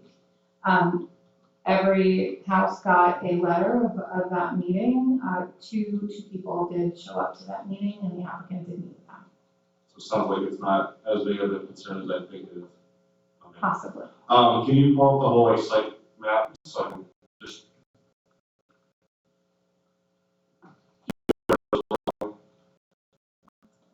It was back there. Yeah. So, obviously, I love the idea. I'm just calling out what comes to my mind. Relocating a hotel directly adjacent to a children's area calls out some. I'm a father of 2 young children, so my safety alerts are going off. So my recommendation would be to really focus on some sort of a buffer between a hotel where anybody and their brother can stay, and a open children's play area. And then also, obviously you have a giant residential building, again, butting up to it, a city children's area, which I know is heavily utilized by the children and families in the area, as they are myself. We use them quite frequently. So yeah, those are the two things that came to mind, was the compatibility between Second Avenue and then the potential safety threats of putting a hotel adjacent to a city children's area. One other point, I didn't see any renderings of the proposed hotel. I see it's phase 4, it's down the line. For the gentleman who was speaking, are there any, how tall is the hotel? So to be clear, this master plan does take into account all 4 phases. However, this applicant is only responsible for the development of phase 2 and phase 3. Okay. It leaves the hotel within the city's ownership and the city's power. So the city can then go find, go out to bid, do an RFP in order to place the correct hotel or the correct venue within that location. Got it. So I saw the room, so there was someone here, there was the rooms. Yes, so this is a carryover from the original. There are currently, and this is slightly in transition, but the final will have up to 144 rooms. This currently shows 100. We're going back to the original proposal of 144 to maintain flexibility of the city land. And it is also going up with the commercial uses. Right now, they're currently proposing 15,000. The current proposal, I'm sorry, they're saying 15,000 within the whole, their proposal is only showing 4,000 within that site. The original proposal had 15,000 within that site. So we are also going back to that original requirement. And so that will change before it goes to city commission final adoption. So in order to fit those 144 rooms, how high does that hotel have to be? So the height of the hotel would be max to whatever is in the zoning district, which is 75 feet. So on par with the other buildings. Up to, so the other buildings are currently recommended 85, 86, so this would be slightly lower. Okay, so that was my concern, was hotel dwarfing everything else in the area, because these two buildings would obviously be some of the highest in the civic area and surrounding. Just my concern was And I would giant also hotel say- building dwarfing. Absolutely. I would also say the relocation of that hotel from Boynton to Ocean also, I think, changes the scale of the hotel a little bit. I think we're talking about a much more boutique-sized hotel versus something that you would see on Boynton on a much larger scale. So I think the scale of this may change, but in order to maintain flexibility, we are maxing out the master plan, and it can always be brought down within the site plan. Yes, I think it's a great thing that the city and the developer are looking to move forward. I've only been in the city, living here for going on 2 years, and I've heard a lot of negativity surrounding this area and the sites, so I think it's great to have a refresh and somewhat of a path forward to kind of move in the right direction. Thank you for your comments. It's been a long time in the waiting for the city. Thank you, Chair. Well, thank you for the presentation and for coming to our city with this really huge project. So I have a few things just that are in my, I mean, I'm not going to get into utilities and sewage and traffic. You know, that's going to be a whole new ballgame. You know, access to our downtown, and that was either Woolbright or Boynton Beach, and I like how this will essentially create a Boynton Beach corridor that, you know, has sort of a new fresh look. But, you know, overall, just sort of looking at the proposal, I mean, it's maximum, you know, go for the maximum. But that's what we're expecting, right? You're going in code, you're presenting maximum. Like, there's some things here I think that we can work with and we need improvements on. I'm just going to throw a few out there from my perspective. I think the hotel swap really allows the developer to maximize savings by not mimicking the north and south mixed-use parcels, but essentially that. They're very identical structures. There's no real difference between them. You walk into Orlando and other high-density areas and you see same building, same building, same building, same building. This doesn't have any sort of cascading design cues or changes or pedestrian movement that I think is, although I do think the architecture is stylish and interesting, transitional, but it's just a lot of the same. So I'd like to say the hotel swap idea may actually not be in, well, I like the idea of the hotel being on Ocean Avenue, really, when I sit back and look at it and think about it. I think, you know, you've got to put a lot of retail in that hotel for me to want to have the city go for that deal personally. And when I say a lot of retail, 15,000 feet, let's talk about that. That's the bare minimum, right? You're covering the minimum there. And the community has spoken pretty clearly to all of us that restaurants and things to do, retail, and 900, almost 1,000 units and 15,000 square feet of retail. I mean, that's really kind of shocking to see that, but I know you have as a jumping off point. So, I mean, I would really want to see that number significantly increased. We're currently dealing that with another parcel, sort of going for the minimal retail. The community wants a retail vibrant. Something like this could work, but give us the retail, you know? For clarification, the 15,000 would be located on the hotel parcel on top of the applicant's about 11,000. So we are looking closer to 25,000 throughout the whole master plan. It would be 15,000 within the hotel and on top of the red areas located on this diagram. When you say on top of, does that mean the second floor? I'm sorry? Is that on the ground level? In addition to. In addition to, so the hotel site will be housing 15,000 square feet of commercial space, which would be in control of the city.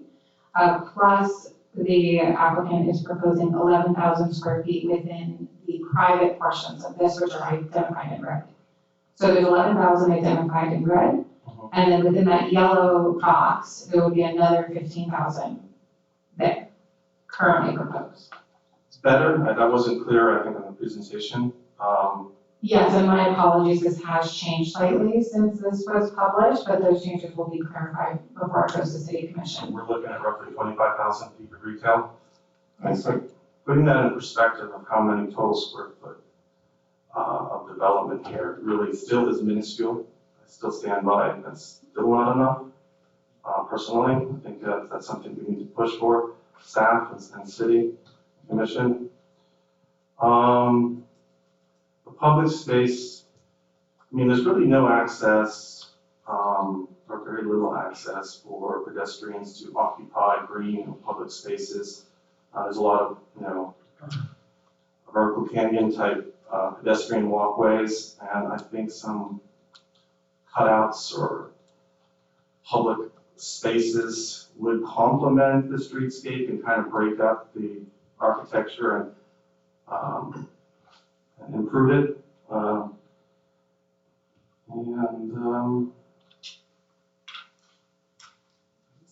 all I have for now.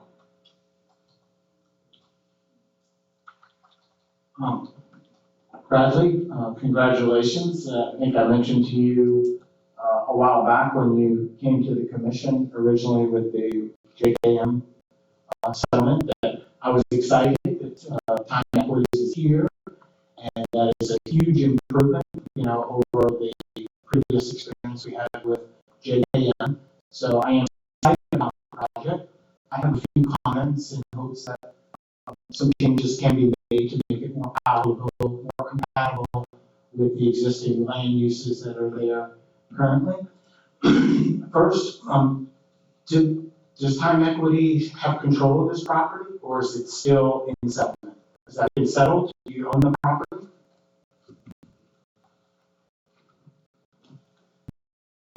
Closed on it.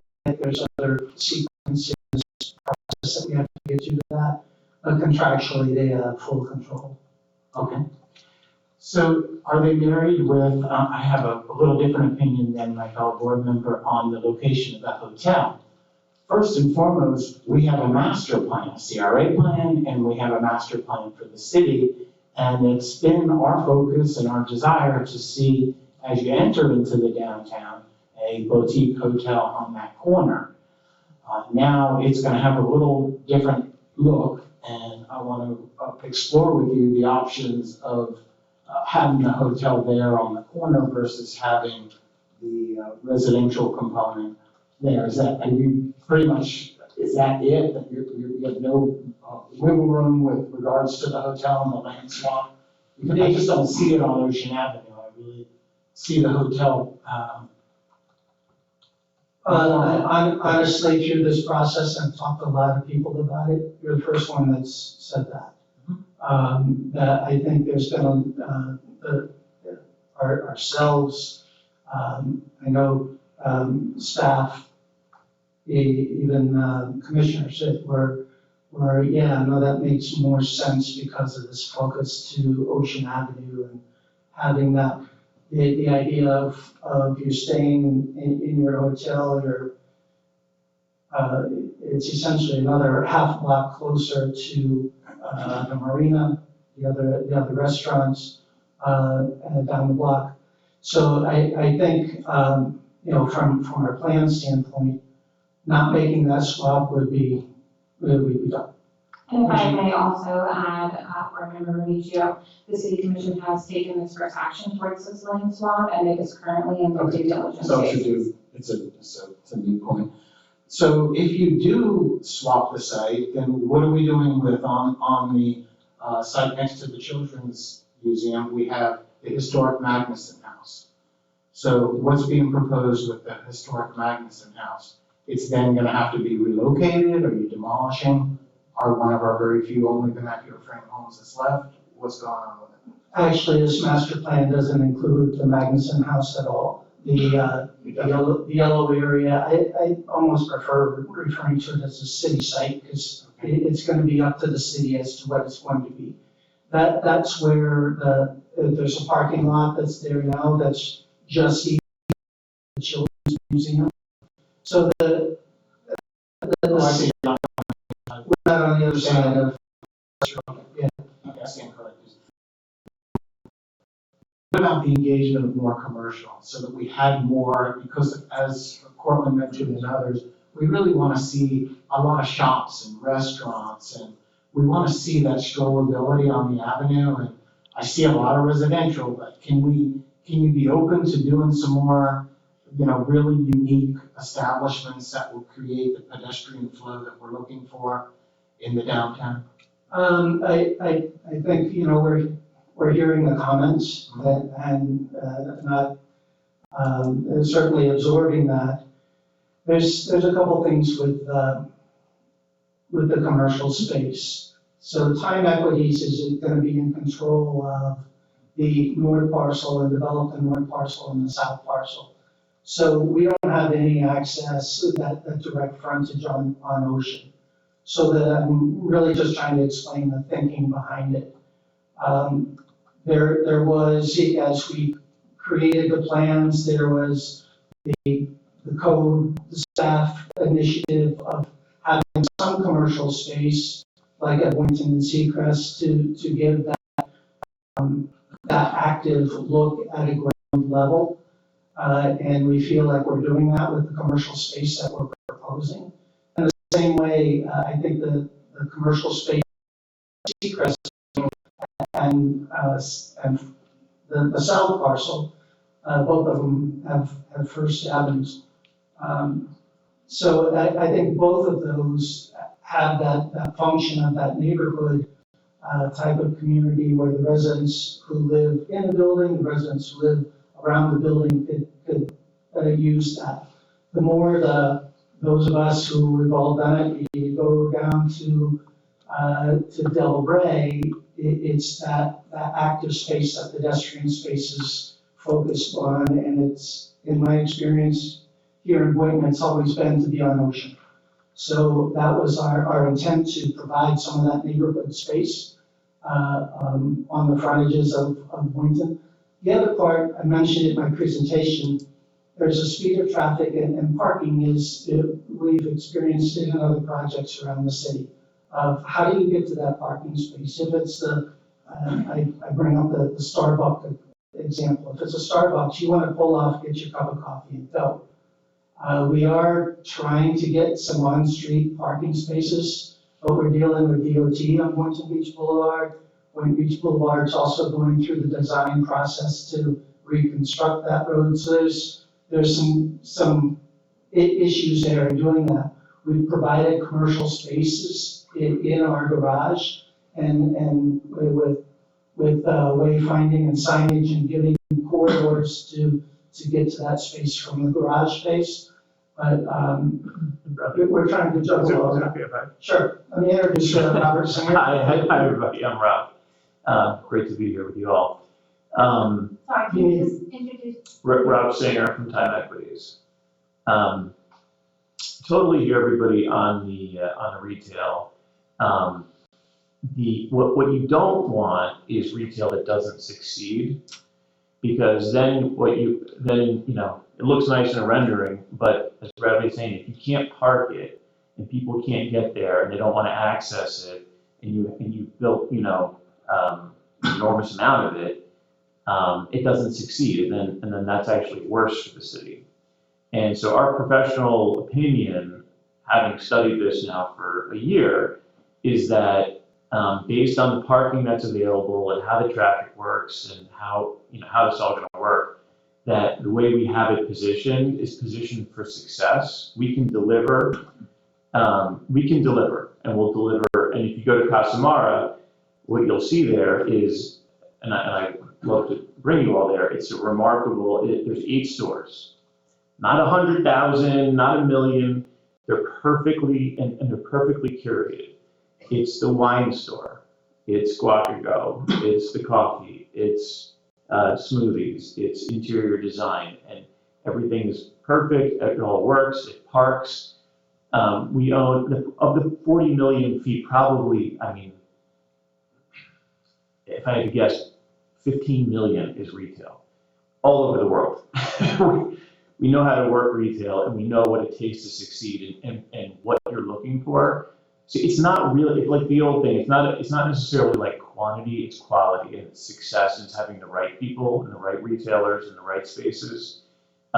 So we're happy to go back and look and try to push and pull. But with staff, the issue has always been making sure that it's active, because having active street frontages are better than having gaping two-story commercial spaces that no one can pay the rent, they don't stay. So what this design does is there's apartments on the ground floor, okay, stoops, people walk right out, it feels like a city. There's the main entry, there's amenity spaces, there's the shops. So it's all the way around the building on except for, of course, the garages, but all the way around the building, there's no space here that's like space or dead space. It's highly activated ground floor on both sides, and with Brad knows the exact numbers, but the landscape with buffer, with on-street, with everything you can do, and this is all what we did at Casa Mara too, and it's highly successful. But what I can tell you is it's not like we sat here, as a developer, and we're just trying to maximize and minimize and maximize and minimize. We don't have time for that. This is, it's life's too short. We care a lot about our projects, and what we know is how to make them economic and how to make them function in communities. And that's what you need here, is you need things that actually function financially in the financial markets and function for communities. And I can show you, the land swap conversation we could go back over, but among other things, by not having the full block, the building just doesn't function, doesn't work. And of course, with respect to the architecture, we studied making one building green and one building purple and one building this and up and down and left and right, but what you're seeing here is not laziness. It's not like we just made two buildings to see because it would save money. Please, that's not the issue. What we have here is two buildings that are architecturally similar because our professionals, I think staff agrees, that this is the best way to have a cohesive master plan.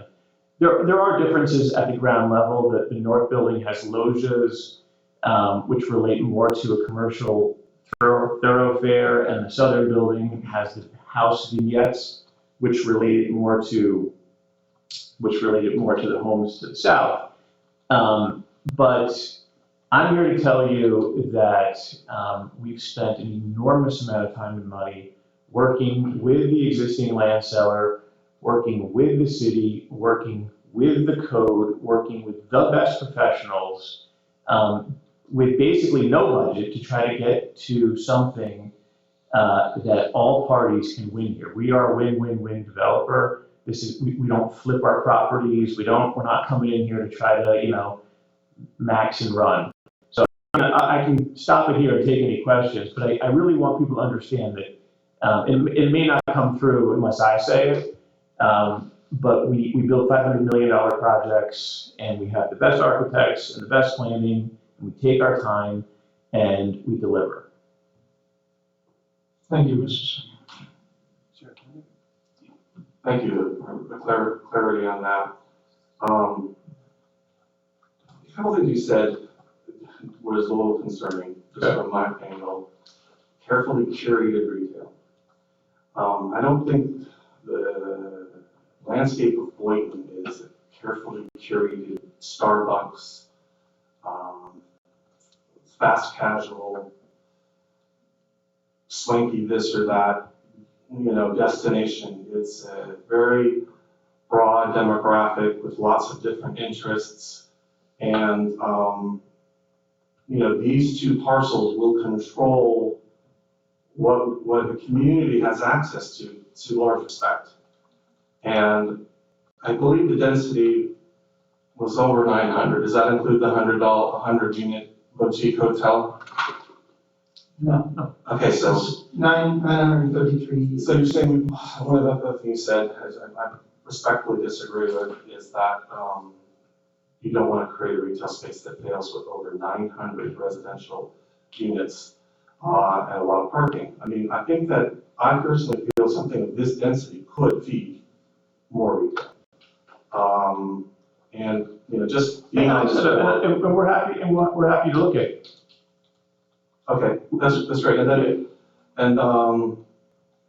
so I think you should be open to that idea, because a couple things you've also mentioned was that if the land swap deal doesn't happen, you're out.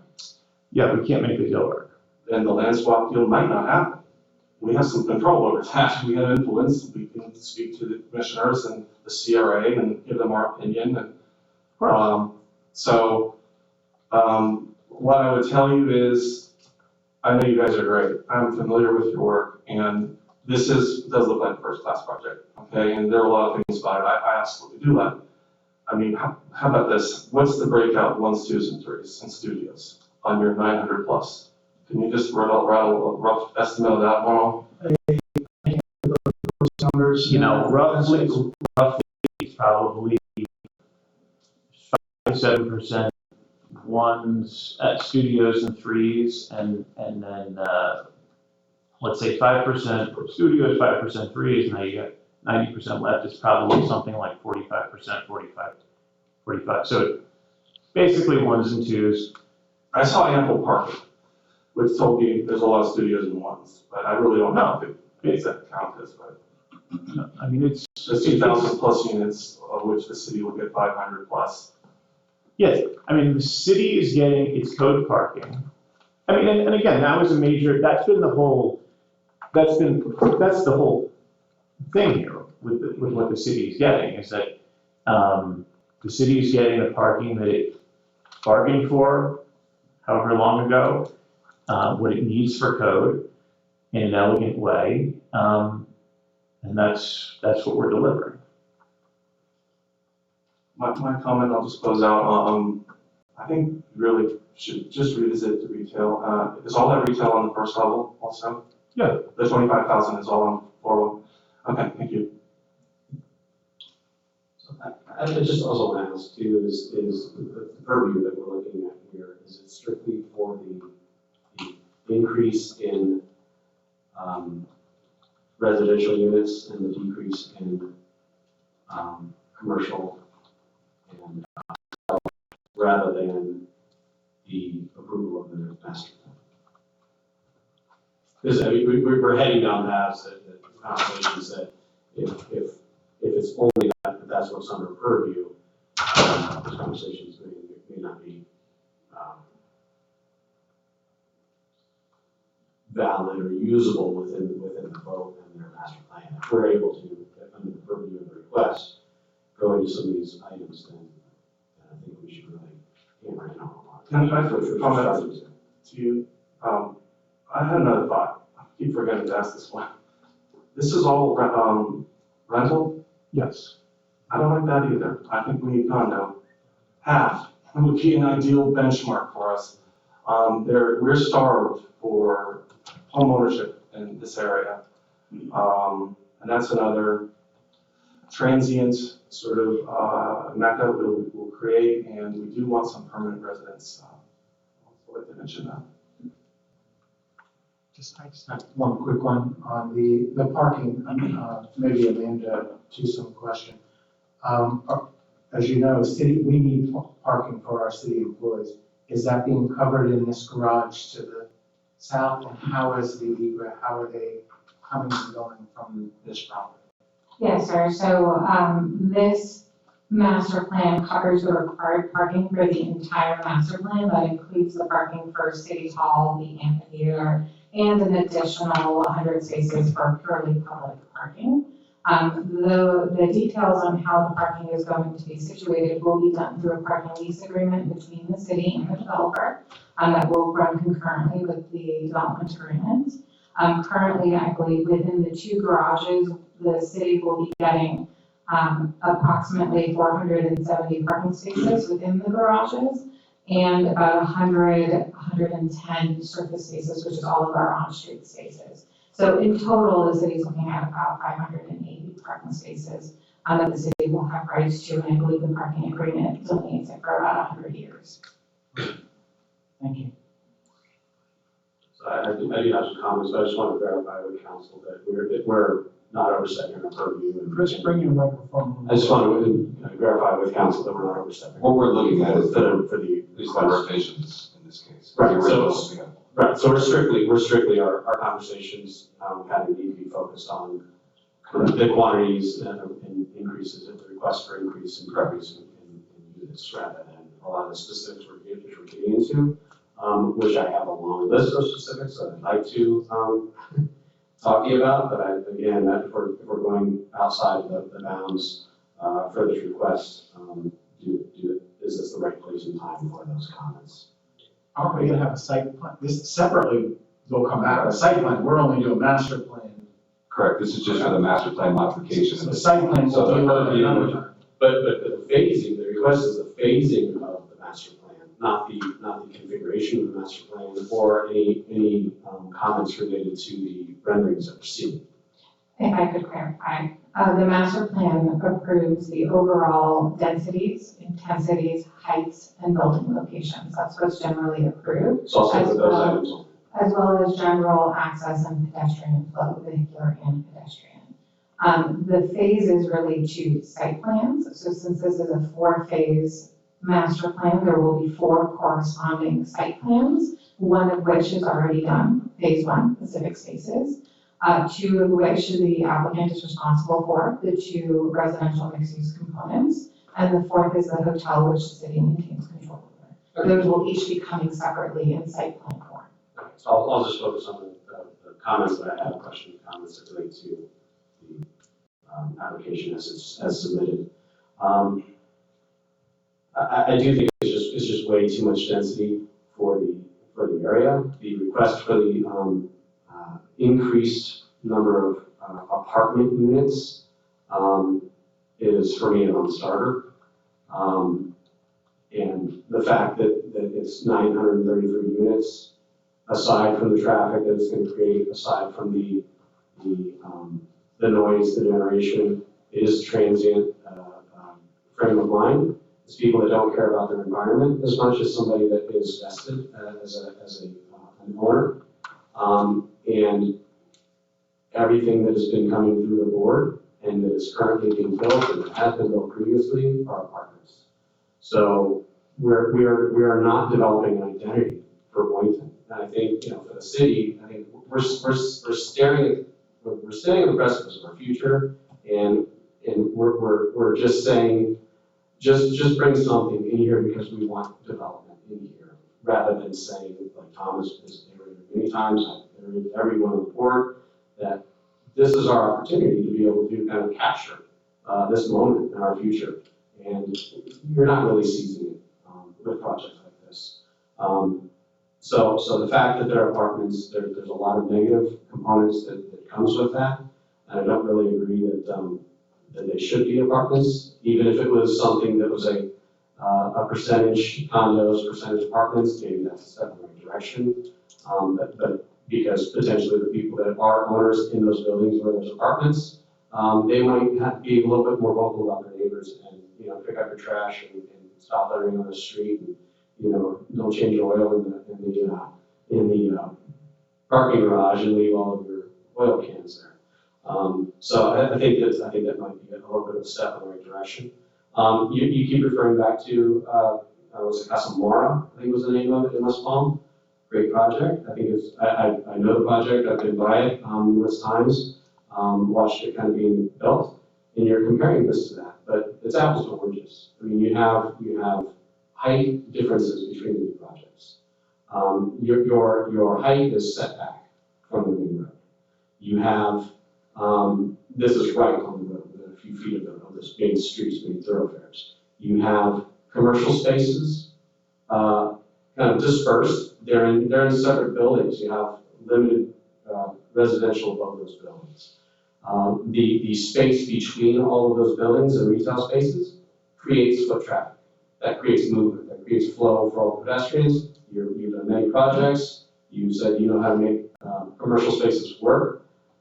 I think that's a more successful approach that also allows for the potential of commercial spaces being stepped down next to your residential areas on the neighboring streets, rather than, one of my comments since day one, years back has been, you've got two-story, single-family homes, and right across the street, you've got 60, 80-foot walls. The vignettes are the most minimal approach to try and mitigate that. I think they don't really do anything. I'm still staring at an 80-foot wall if I live across the street. And we've had a lot of different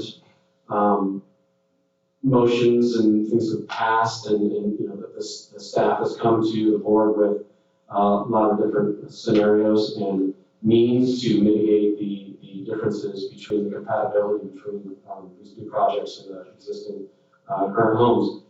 And if a project is a certain height, is requiring a step-down approach, in all of the illustrations, all of the demonstrations and discussions, it has not been that we're just going to apply a gabled roof or a hip roof over 10 feet of the initial building, and then it's going to go 80 feet from that. It's always been a building depth within all of the illustrations that we've looked at and approved with the city staff. So I don't think that is something that the city was diligent about when they were reviewing and working with the developer on that means for compatibility.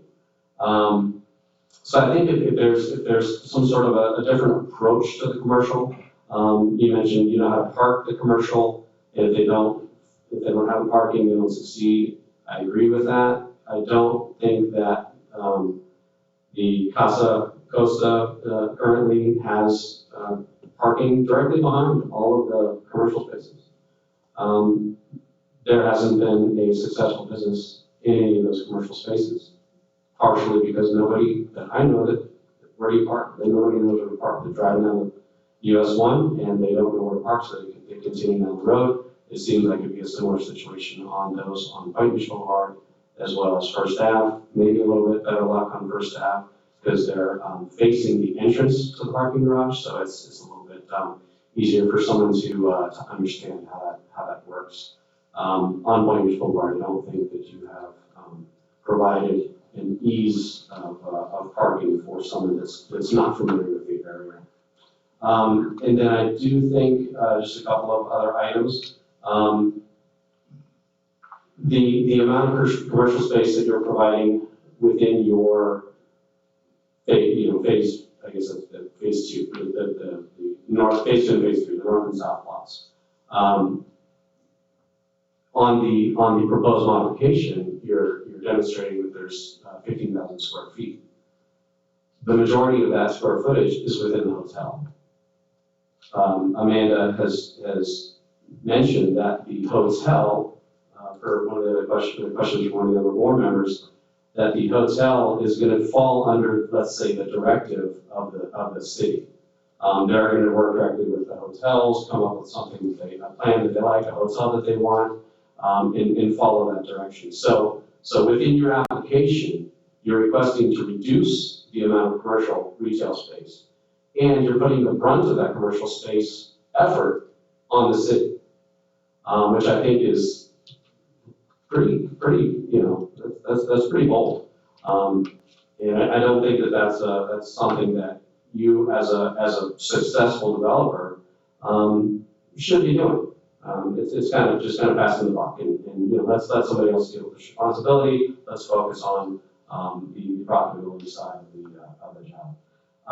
And you also stated that you're not here to maximize and minimize this or that, but that's what the request is. You're requesting to maximize and increase the number of units and reduce the commercial and hotel units within the project. I think that's the bulk of everything, and I do agree that this is it's a very large project, very the code allows you to build something of this size. I've never been a fan of the scale that this calls for, that the code allows. And I agree. I mean, I live a block and a half from this project, and I enjoy watching the moonrise over the tree line. I'm never going to be able to do that again with anything like this that comes into development. So I hope that you take my comments and into sincere consideration. Thank you. I'm not against the project. I think there's a lot of avenues that you could review and pursue that might make this a really a great and unique thing.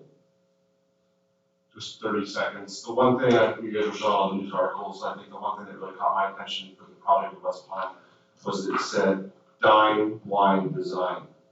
And I really, personally, piggybacking on the other comments, I don't see how the commercial layout here really allows for that.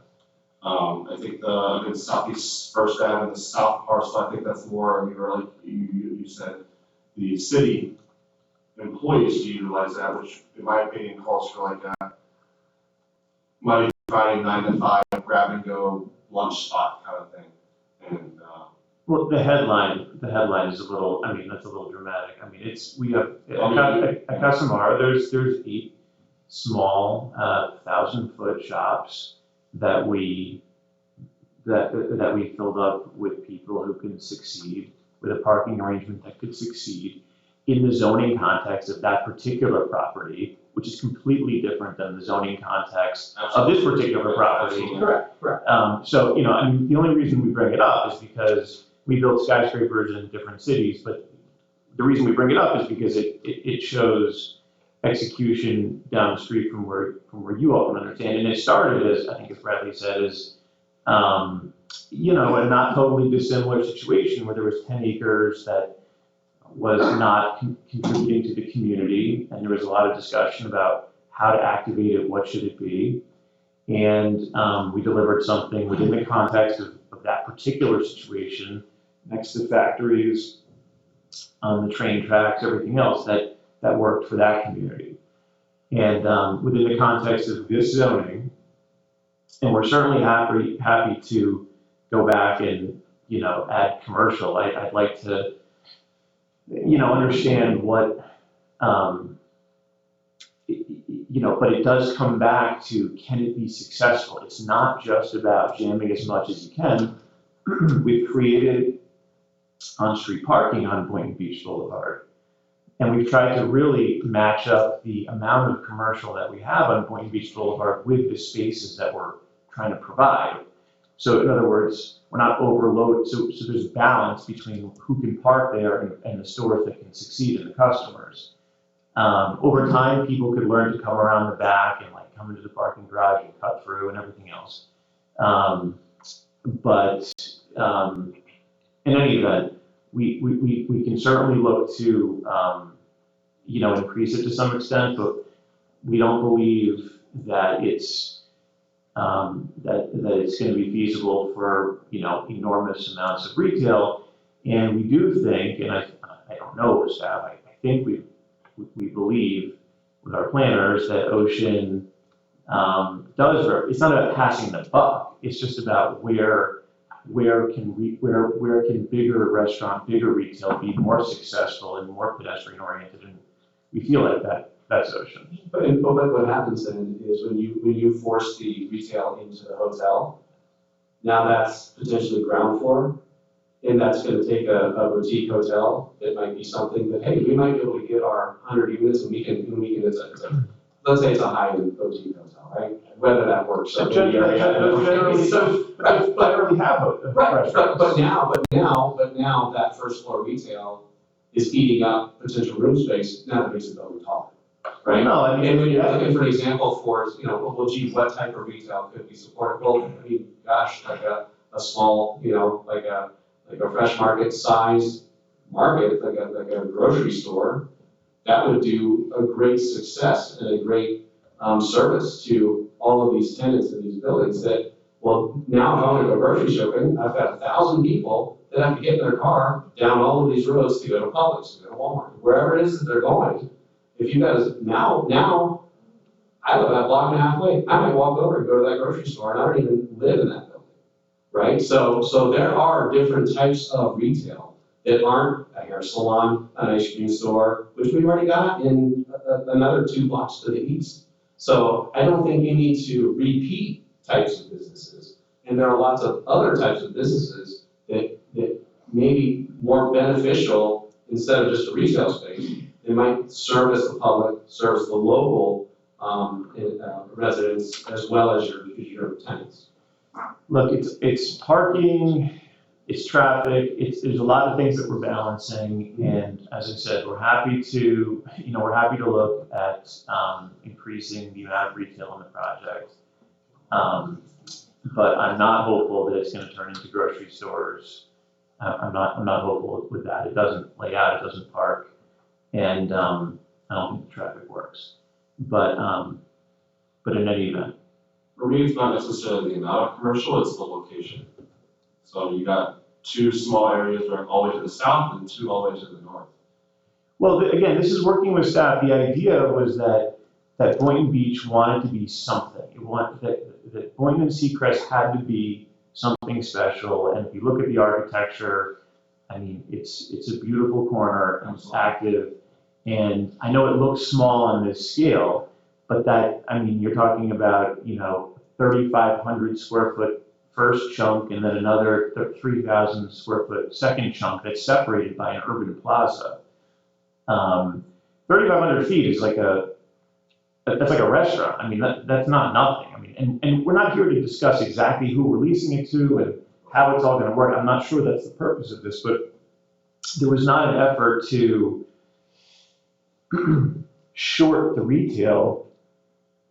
And I come back to the idea that the design direction that we were hearing was more focused on making sure that the whole perimeter was active and that we didn't have mechanical spaces and dead spaces, and that we could put people on the street with stoops and make it feel safe and make it feel active. So, you want to make the box, another bigger, but I mean, we need space on the ground floor too for lobbies and for packages and for other things. So, I mean, the building has to function. It has to be active on the ground floor. And, we're happy to look at, making it bigger. But I mean, it's not I don't believe it's appropriate or possible, given the context of this, to be grocery stores. So we were asked to put retail on Boynton in a format that looks something like this. Then with respect to the south parcel, being across from City Hall and across from the amphitheater is, again, you're talking about 3,500 and another 2,000 feet. I mean, that could be that's not a small, I know it looks tiny in this scale, but it's not small, and it's positioned directly across from the amphitheater, so that when people are there, they can go and, get a coffee or get ice cream or do what they do. And also for city staff to be across the street from restaurants for lunch and other things. So that's the reason why they're there. Could they be another 2,000 feet bigger without breaking all the traffic models? Probably. And if that's something that everyone wants us to look at, then we're happy to look at that. What this is an attempt to, using what we think are some of the best minds in the market, to deliver something that is going to function, be beautiful, be forever beautiful, and add value to the community. So within the context of what's allowed. Right. Not breaking things. I'm not coming in here, I'll give you an anecdote. I believe they'll tell you that with workforce housing, the north parcel could be 99 feet tall. That's just what it is. Our project is 80 feet tall. So we talk about maximizing. We looked at this and we said, no. We said, it's 99 feet tall, it's too tall. On the south parcel, the maximum it can be is 87. Ours is 80. It's not about maximizing. I think the town is concerned about this 80 to 85 foot as a community. And I think that's a recent proposal so what we're doing is really not that. We're trying to fit it. We're trying to create an economic thing that's beautiful, that functions, that is scaled appropriately. And the fact that the people across the street happen to be in a different zone, and we called them up and we met with them, and they're okay with it. So, we've set back, we've done this and that. So, I mean, I almost feel, well, anyway, leave it at that. We're doing what we believe is financeable, and correct for the community. Doing something that's not financeable, not economic, it could look nice, but then you don't have anything. You can't build it. So as always, it's a balance. And what we're telling you, based on our experience, is that something very close to this is kind of the sweet spot between delivering for the community, delivering the parking, delivering the tax base, cleaning up a problem, and something that we can deliver and execute on. Thank you very much, and thank you. And I'm sure you also know that whatever decision we make tonight is the first decision. Staff has taken all the comments down. I know Brad has taken the comments down and working with it, and the city commission will make the final decision down the road. Okay, so thank you very much. Thank you all for your time. Thank you. Item 7D, approve request for major master plan modification of the Boynton Beach Town Square development to amend the number of buildable dwelling units, revise project phasing, reduce the commercial use areas, and decrease the number of hotel rooms. The subject property is bounded by Seacrest Boulevard on the west, northeast, southeast Street, east Boynton Beach Boulevard on the north, southeast 2nd Avenue on the south, and 73 Michigan Street. I hear a motion on this. So moved. We have a motion. Do I hear a second? Second. We have a second. We already had, do we need more discussion? I think we shall call, if you will, please.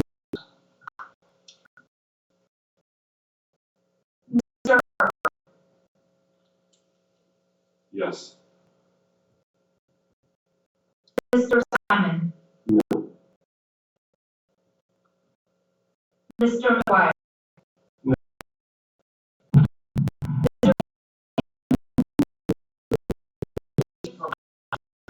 No. I'm sorry, no. No, the increase in the level of the density is just not in my vision. Mr. Buoni? No. Motion fails. Thank you. Excuse me, Vice Chair. 4-1. You have to leave. We still have, You have some. we still have a quorum. Yeah. Thank you. Thank you very much. Thank you, Chris. Thanks, Chris. Mr. Simon is excused. 7E, approval of the Pierce rezoning from Central Business District to mixed-use core with a master plan for 300 multifamily residential units and 17,015 square feet of commercial square footage. Applicant Jeffrey Burns, affiliated development. Mr. Burns, would you like to come up, or representative?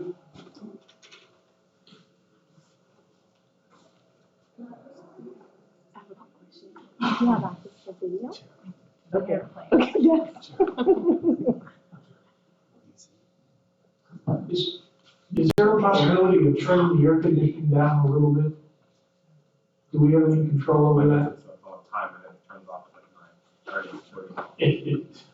I hear you. We're on green time. I'm sweating.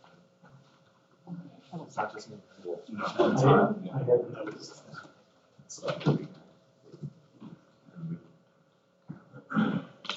But it's something to consider in the future. I guess we should just have some bypass. Hello. Can you Hello. hear me? Please, if you give us your name and identify yourself. Good evening, board. My name is Kimissa Collin. I'm the VP of Development over at Affiliated, and I'm heading up this project. I am especially excited to come before you today to present this development to you, as it's been 2 years since we first submitted for the RFP under which this project was funded. This is currently an underutilized site, and this is going to be a catalyst to the creation of a true downtown in the city of Boynton Beach. With that said, I think we can move forward. I think that's staff's presentation.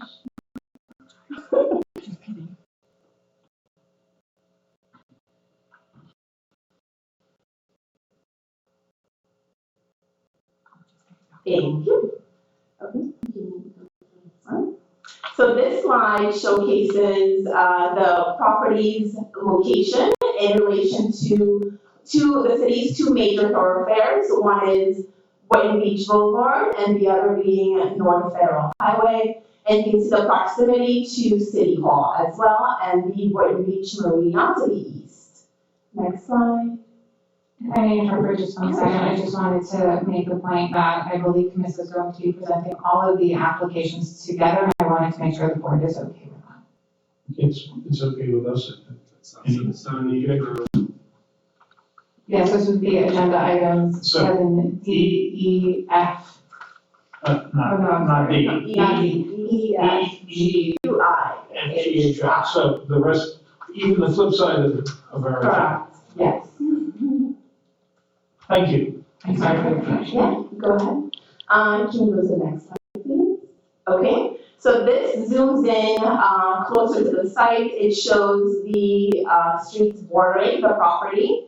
We have Boynton Beach Boulevard. May I stop you 1 second on this? Yes, sure. Should we read all of them first, or are we okay? No, that's fine, as long as we take each Each one individual item after individually. this, Okay. and Want each to has a make separate sure. I'm motion. sorry, thank you. Yeah, go.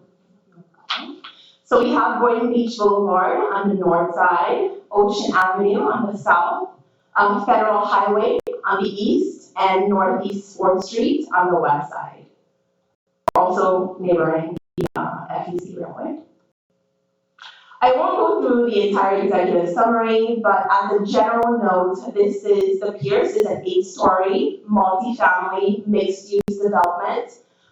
We have 300 units, and it is connected to a parking garage, which will have a portion of the parking garage will be accessible to the public.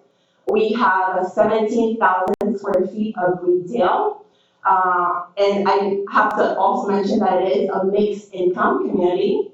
50% of the units will be dedicated to workforce housing. And this basically creates a more diverse urban environment for the city as well. But in essence, what it does also is bring an increased tax base, more walkable community, and more individuals to visit the restaurants, businesses along that core as well. If we can move forward to the next slide. That's the animation.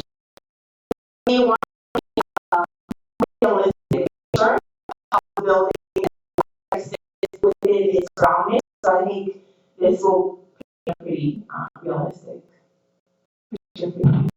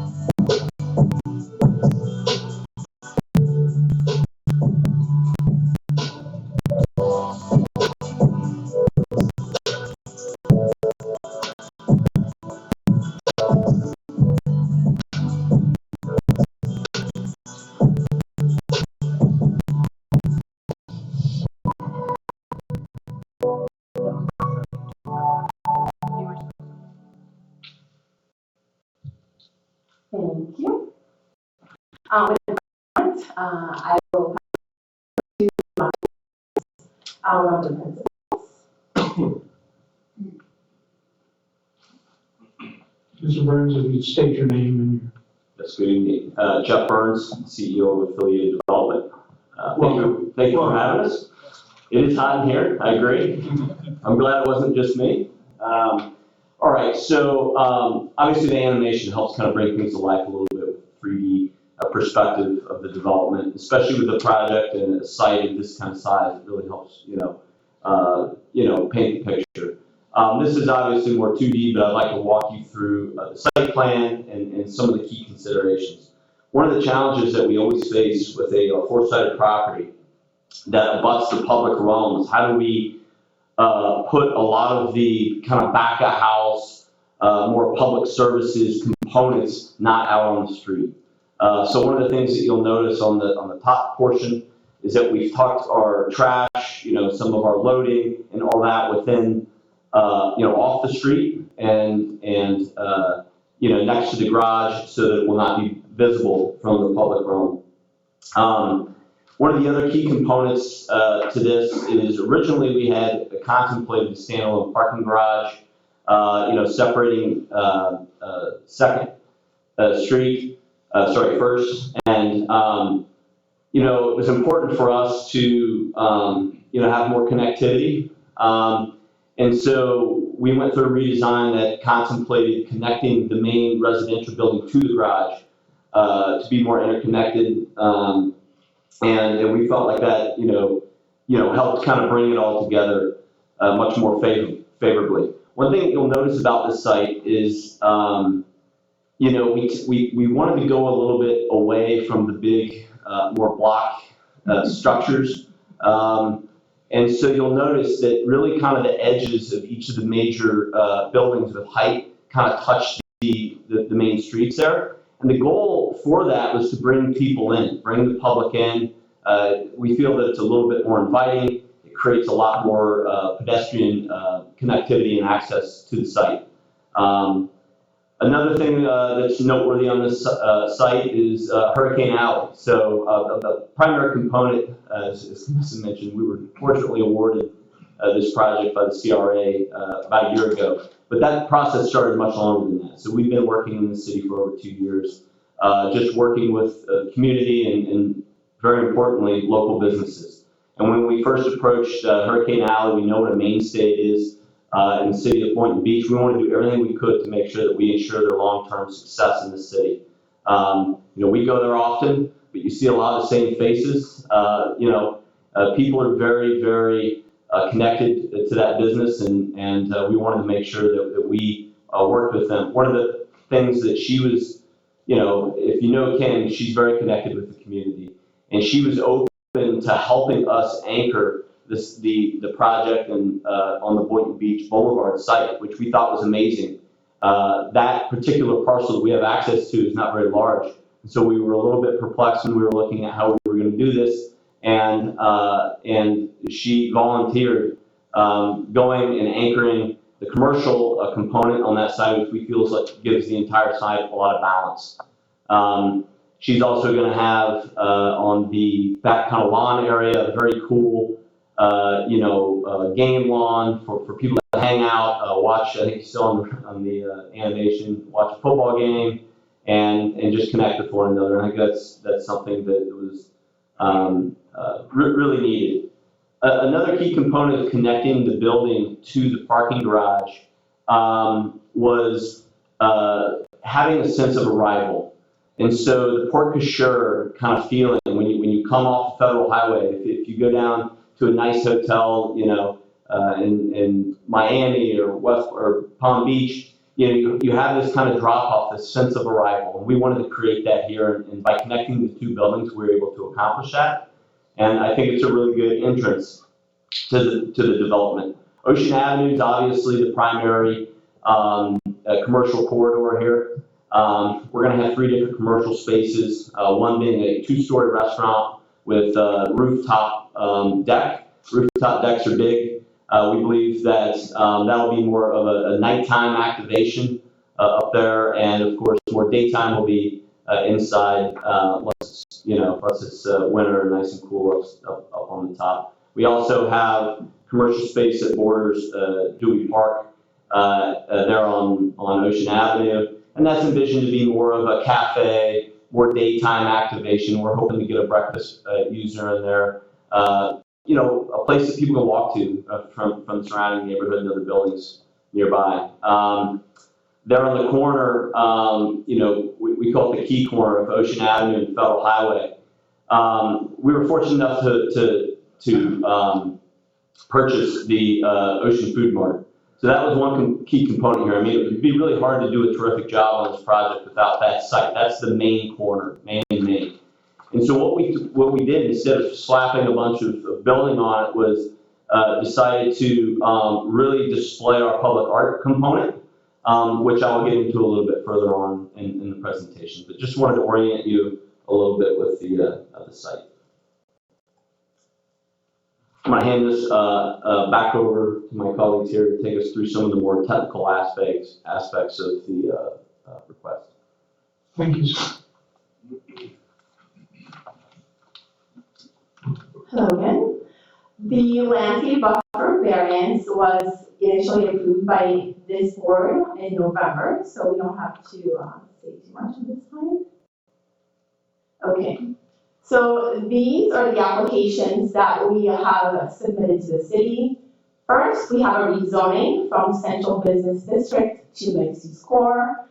We have a new master plan, a new major site plan, abandonment of 3 alleyways, 4 community design appeals for the garage, and a height exception as well for the parking garage. Okay. I won't say too much on all of the applications, but essentially we meet the criteria for rezoning for the CBD to the MUC. Same as the master plan, major site plan, we do meet the criteria for both of these applications. Don't go too fast, please. Could you go back to the last screen? Thank you.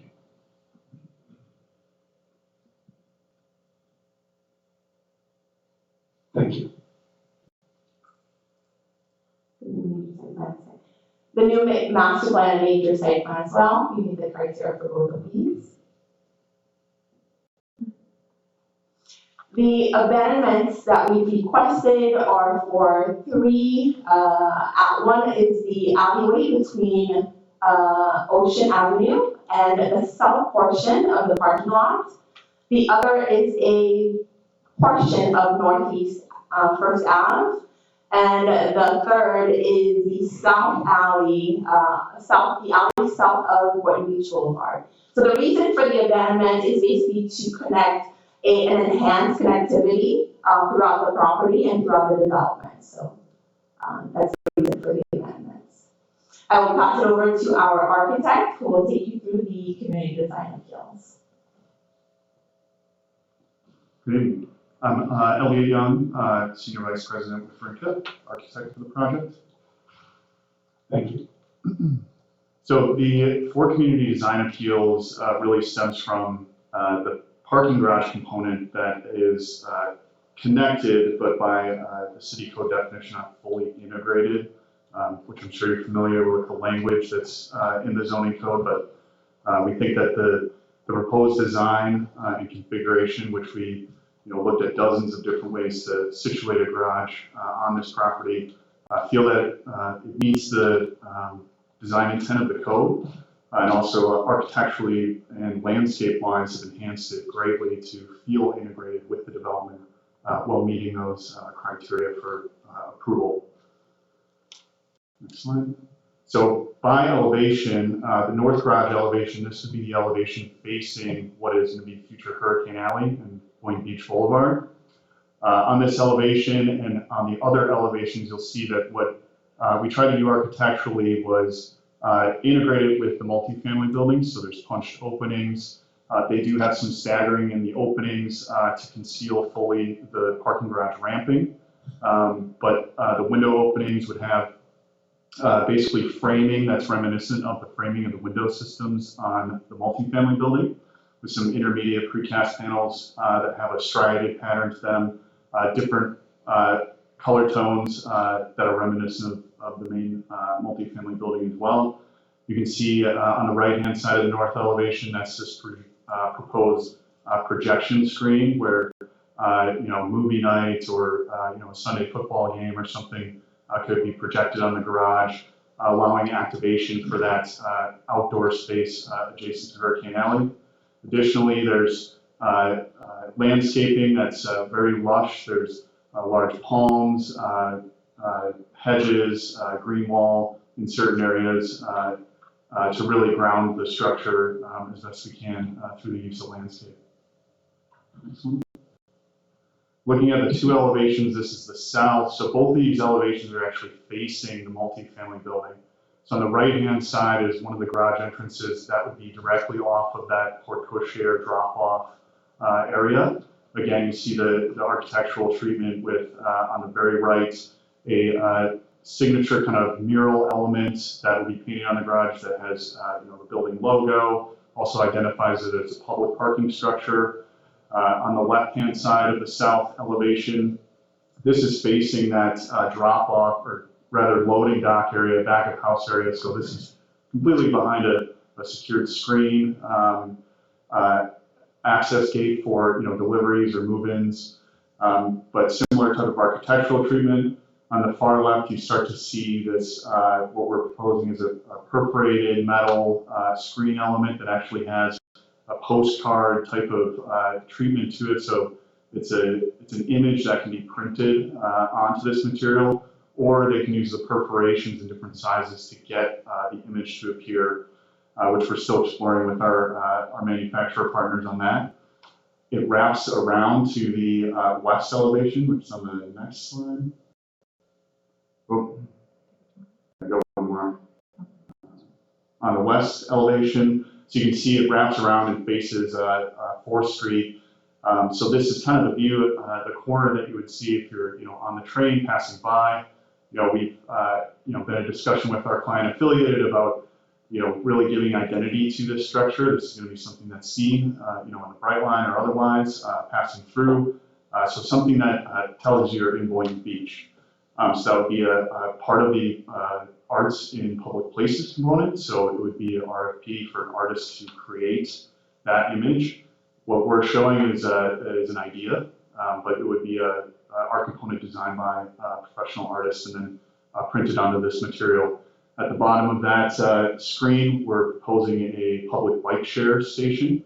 So there's a biking kind of urban mural right in front of that on the 1st floor, as well as additional landscaping where we could fit it in. And the second parking entrance and exit is also on 4th Street there. Your back one. Looking at the east garage elevation, this is part of the landscape variance that was proposed. A lot more landscaping above and beyond what is required by code, but we're introducing some planter boxes on the first few levels that add some color, some bougainvillea vines and something like that. Introducing varying different types of tree species, space that almost double what the code requires for a landscape buffer. This facade would also have a similar architectural treatment.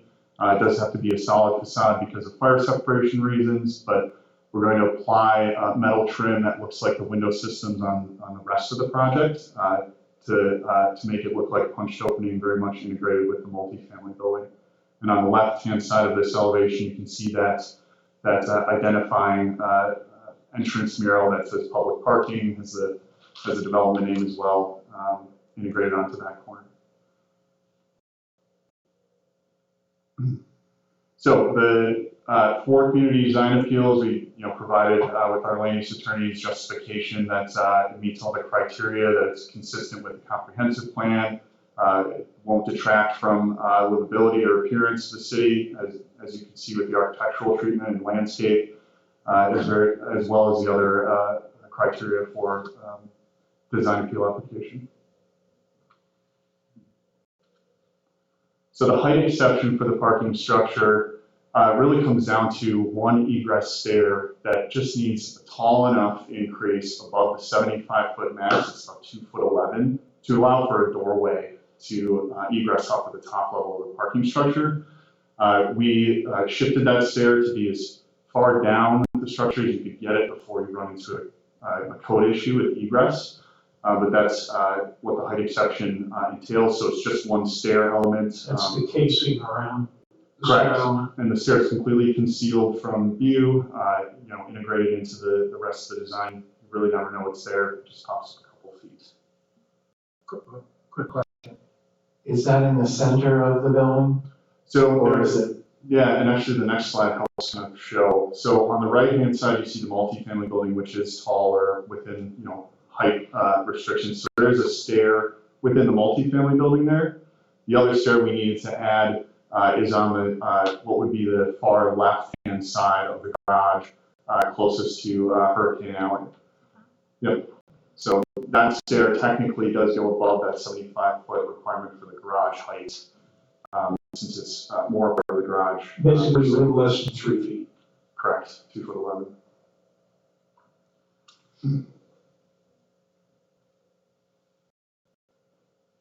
And then we just have renderings of the project, if Jeff, you want to talk through it? Absolutely. Jeff Burns again, CEO of Affiliated Development. Yeah, so, saw the video. I'm sure you were hoping we would hit pause on certain elements. So I'll just kind of take you through some of the renderings in a little bit more detail. So the corner, again, I was talking about our Arts and Public Place component.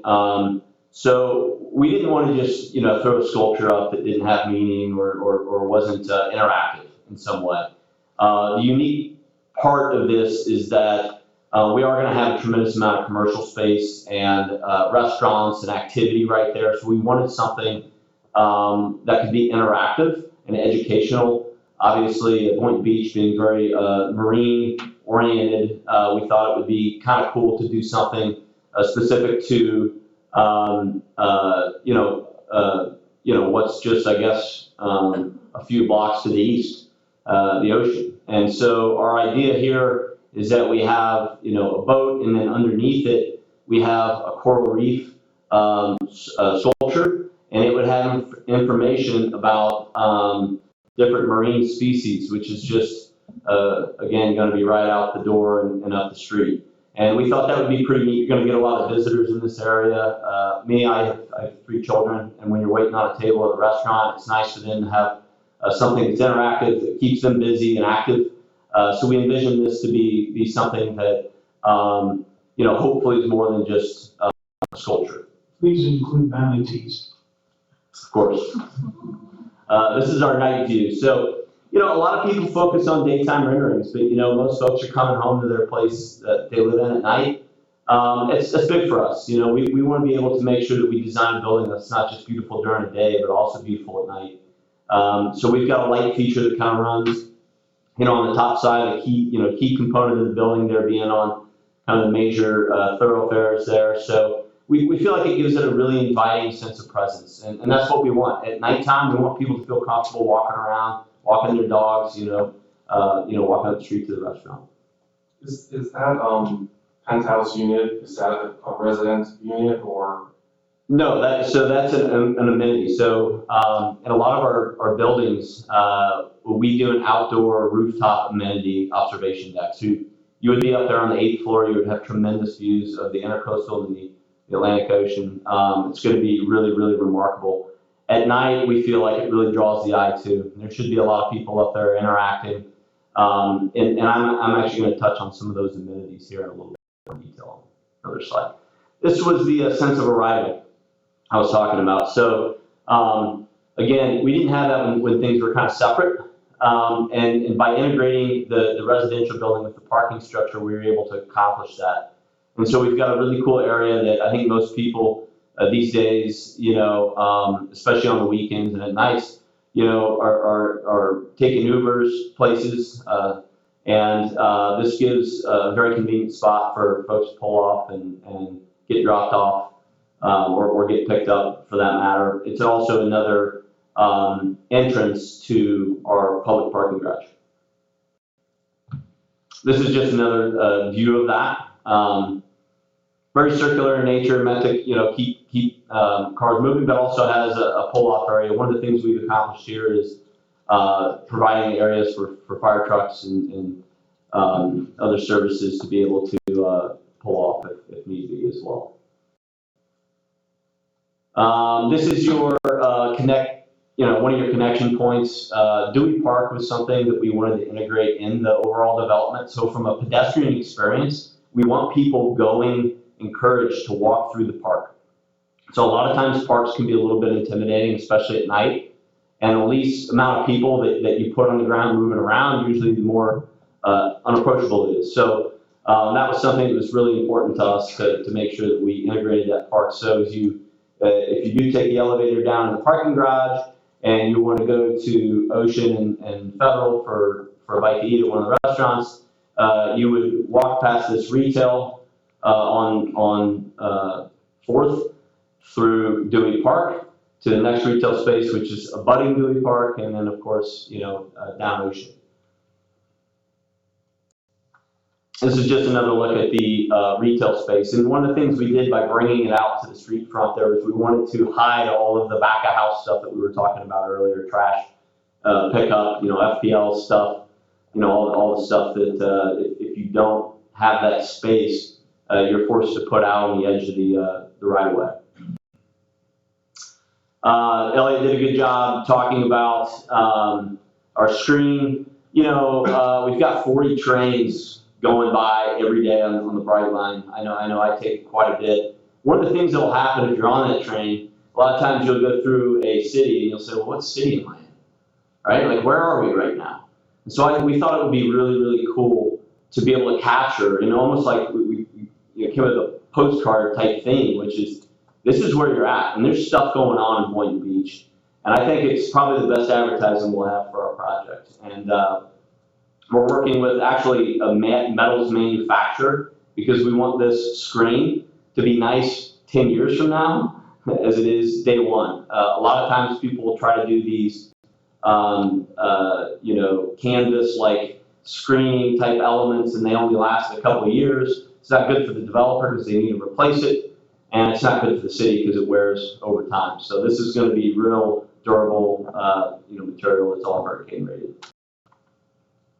Hurricane Alley, we talked a little bit about that in the past. She really wanted a presence there on Boynton Beach Boulevard, but to really focus on that space, that outdoor space, kind of in between the parking garage and her restaurant. She's going to have 2 floors, so there's going to be seating on the upstairs. There's going to be a bar upstairs as well as a bar downstairs with a kitchen, and more seating, of course, outdoor seating in the back as well. This is just a shot of our amenity pool area. In fact, you can go to the next one. So one thing, that I wanted to, touch on here is, Camissa talked about we're offering workforce housing. Well, what does that mean? Workforce generally means people that are making a really good income. They're working, they have great jobs, but right now they can't afford $3,500 a month apartment, right? So the key is to give people a luxury experience at a fair price. I think one of the great things about Boynton Beach is you already have a lot of people that are living here that fall within that category. We want to elevate the level of experience that they could have in the community, but not break their bank, right? And that was the intent all along. So our communities, all of them, have more amenities than you would see in most hotels. We've got a pickleball court. We've got a dog, off-leash dog park. We have a fitness facility with a yoga studio, spin studio. We have an infrared sauna room with massage tables for people that want to have their masseuse come to them. We have an infinity edge pool with sun shelves so that people can be outside and be social and interact with one another. We have a co-work facility. So even prior to COVID, we have a lot of residents that work from home. Now, of course, even more so than ever. What we're giving them is the opportunity to be outside of their unit, interact with other members of their community here in this apartment, and have it almost feel like their own office. That's free of charge. All these amenities are free of charge. Up on the roof, to answer your question from earlier, we have a rooftop observation deck with a bar. We have lockers for folks that want to keep, certain beverages of their choice. A separate room that people can reserve if they want to host a dinner party. It's meant to be interactive. We're going to have shuffleboard up there, lots of activities for people to go and do. Just another feature. So that's important from us. Outdoor areas, kind of near Dewey Park. We wanted to carry on the park-like theme a little bit and make that very relaxing. And so we're calling it Hammock Park. We're going to have hammocks out there. People want to go out there and read a book. May not want to, be in the, be in the noise as much. So.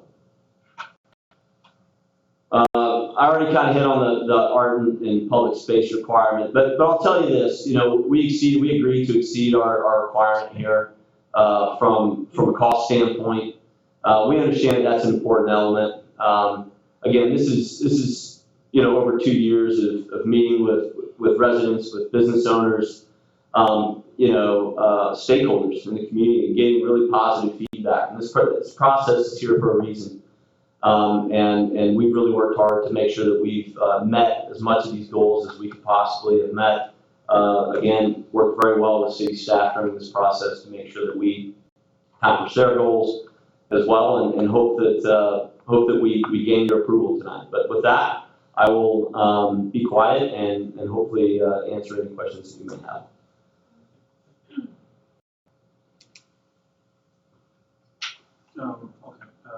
The car, at first I put up that was maybe the second or third car that basically showed. Excuse me, that basically showed like at a glance 5 things they're looking for tonight. I'm sorry. Way back in the beginning.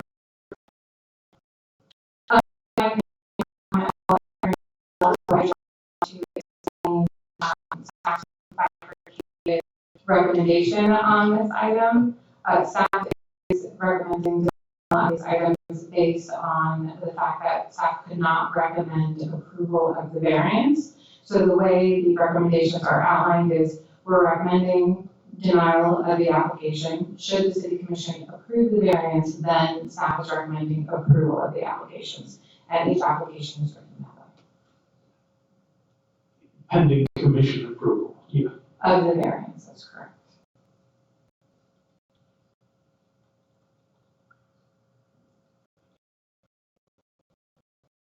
So can I ask a technical question? Do we need to, So since this board already acted on the variance, Right. you do not need to act on that. That item has not been acted on at the city commission level yet, which is why it's still worded that way. so would we, when we make our motion, will we have to say subject to commission approval of the variance? Or? You could add that as a condition. Right, it is, I believe, already in the existing conditions of That's what I approval. was thinking. We covered it for you. Okay, So I believe this is the list you're looking for. Thank you. Okay, so first of all, I want to thank you for a nice presentation and what I consider to be a nice project. I'm just going to make sure I understand this. There's a lot of technical jargon. So rezoning for central business district, that's what I'm a little confused on. The benefit of that would be, would this qualify for the grandfathered in previous height? Yeah, so this project was submitted before that ordinance was approved, that retired mixed-use core. So question one, is there current plans to make the parking structure have the ability to go higher? Or would that be considered in your plans? Or, I'm trying to think why you would need it, right? Why you would need to even do that. So that's what I'm curious about. Do you want to answer that? That's a more technical question. I would need to defer, I guess, to Amanda on, but we were led by staff in that direction, so I assume that there was a technical reasoning behind it. Amanda, you care to? This is a private application, so the applicant is requesting this. I will say that the CRA plan does recommend mixed-use core for this item, and that is the way it was structured into the RFP. Okay. I'm not sure if I'm clear on it, but it sounds a little, Either way, I mean, I kind of get it, but I would like to know if this is approved as is, does the developer have plans to potentially take a portion of the site and redevelop in the future? Or would that be just something that might be beneficial for selling a decade from now? That's where my head's at. Okay, I'll move on. But I would like clarity on that, and I really didn't get it. New master plan, so basically you share that with us tonight. New major site plan really is part of that. Abandonments, those are the streets that you're wanting to build over that are currently alleyways that are there now. That's about right. I kind of get that. You know, I realize those are a lot of big requests. I'm not necessarily not in favor of what I see here so far. First one, I don't feel like I'm not clear on everything else.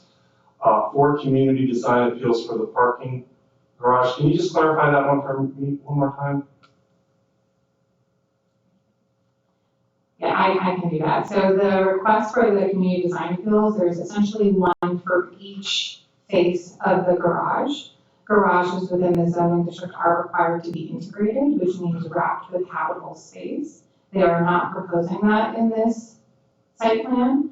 And in order to have a garage that isn't wrapped with habitable space, an appeal is required. So you are seeing 4 appeals, 1 for each side of the garage, to vary from the code required habitable space requirement. Right, okay. So, and what they have shown, which is the large 7-story or so mural, only covers a portion of that, and that's why they're looking for that. That the mural or that screen is part of their justification for one of the elevations. That screen is on the facade that is facing the rail tracks. Okay, thank you. And then the height exception for the parking, that's that stair thing? 2 foot. All right, so that's all I have for now. And I wanted to, actually, I want to make a point to applaud you for sticking to the workforce housing. And I think that is a great thing for the community, and I think it's something we'd like to see more of, so thank you. And is that, if you sell the parcel, will that carry? Yes, so it runs with the land. So at the time we get underway, we record a restrictive covenant for the property. So regardless of who owns it, they're required to keep it that way. Thank you So very much. just to add also, the 50% requirement of workforce housing was part of the RFP from the CRA. It will start out as 50%, and I believe at different increments of time, that requirement is lessened. I believe at the end of 15 years, there are 5% of the units that remain workforce housing in perpetuity. Correct, I believe it. Yes, 10%. And what is the actual, I mean, I'm sorry to keep asking this, but what is the actual workforce housing discount as per market rate? So we have a certain number of units kind of set aside at different levels. So the first being 80% of AMI. Those folks are going to be renting. Nick, where are we? Yeah, I'm going to turn to my numbers guy here. Yeah. Nick Rowe, President of Affiliated Development. It just mentions there's different levels of affordability in the building. Like, for example, a 1-bedroom at the 80% of AMI, which is 80% of the median income, rents for $1,380 a month. And the 2-bedroom will rent for $1,656 a month. And those numbers are set by HUD every year for every county in the entire country. And all housing policy typically revolves around those numbers.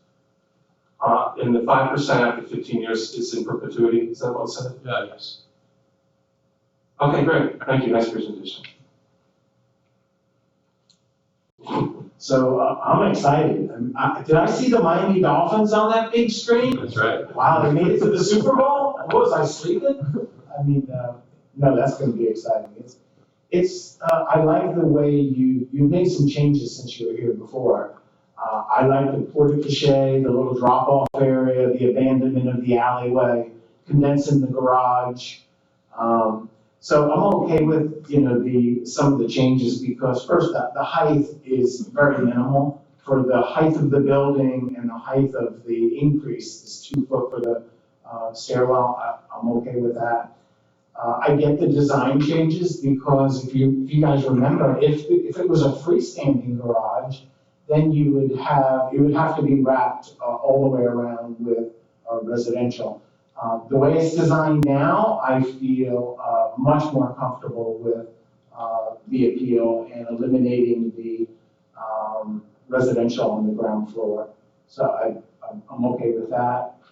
I like the abandonments of the alleyway because I think it allows for that porte-cochere, that little drop-off area, which is really, really cool. I like the way you're handling all the back of the house stuff off of 4th, backed up in behind the gate.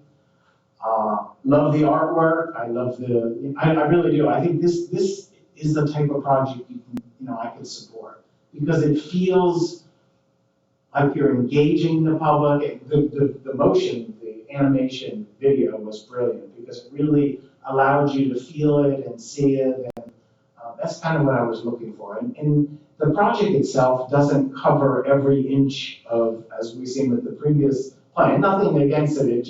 It's a whole different feel. And I like the breakup between the commercial and residential.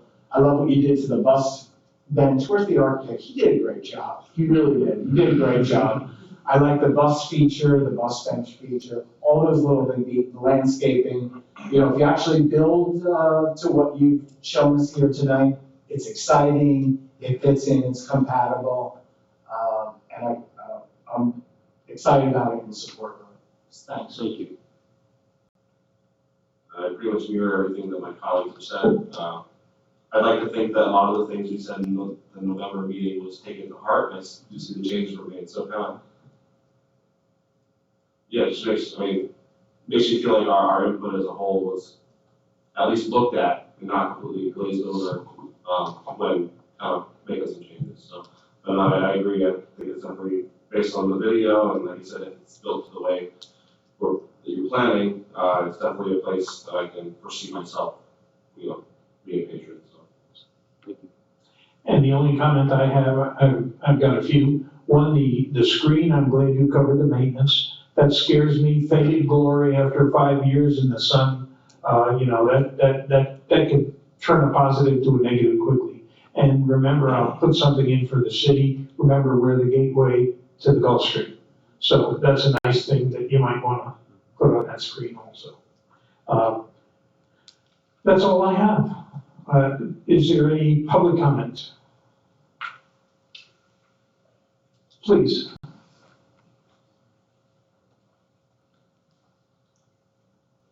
Pauline Sealand, Route 17 Southeast 3rd Street. You nailed it. You did, you nailed it. I'm not gonna disparage the previous event, but the setbacks, the steps, the step back from this to the street to the different levels is kind of what I think we were all thinking about before. So, and I'm right down the street. Very good. Thank you, sir.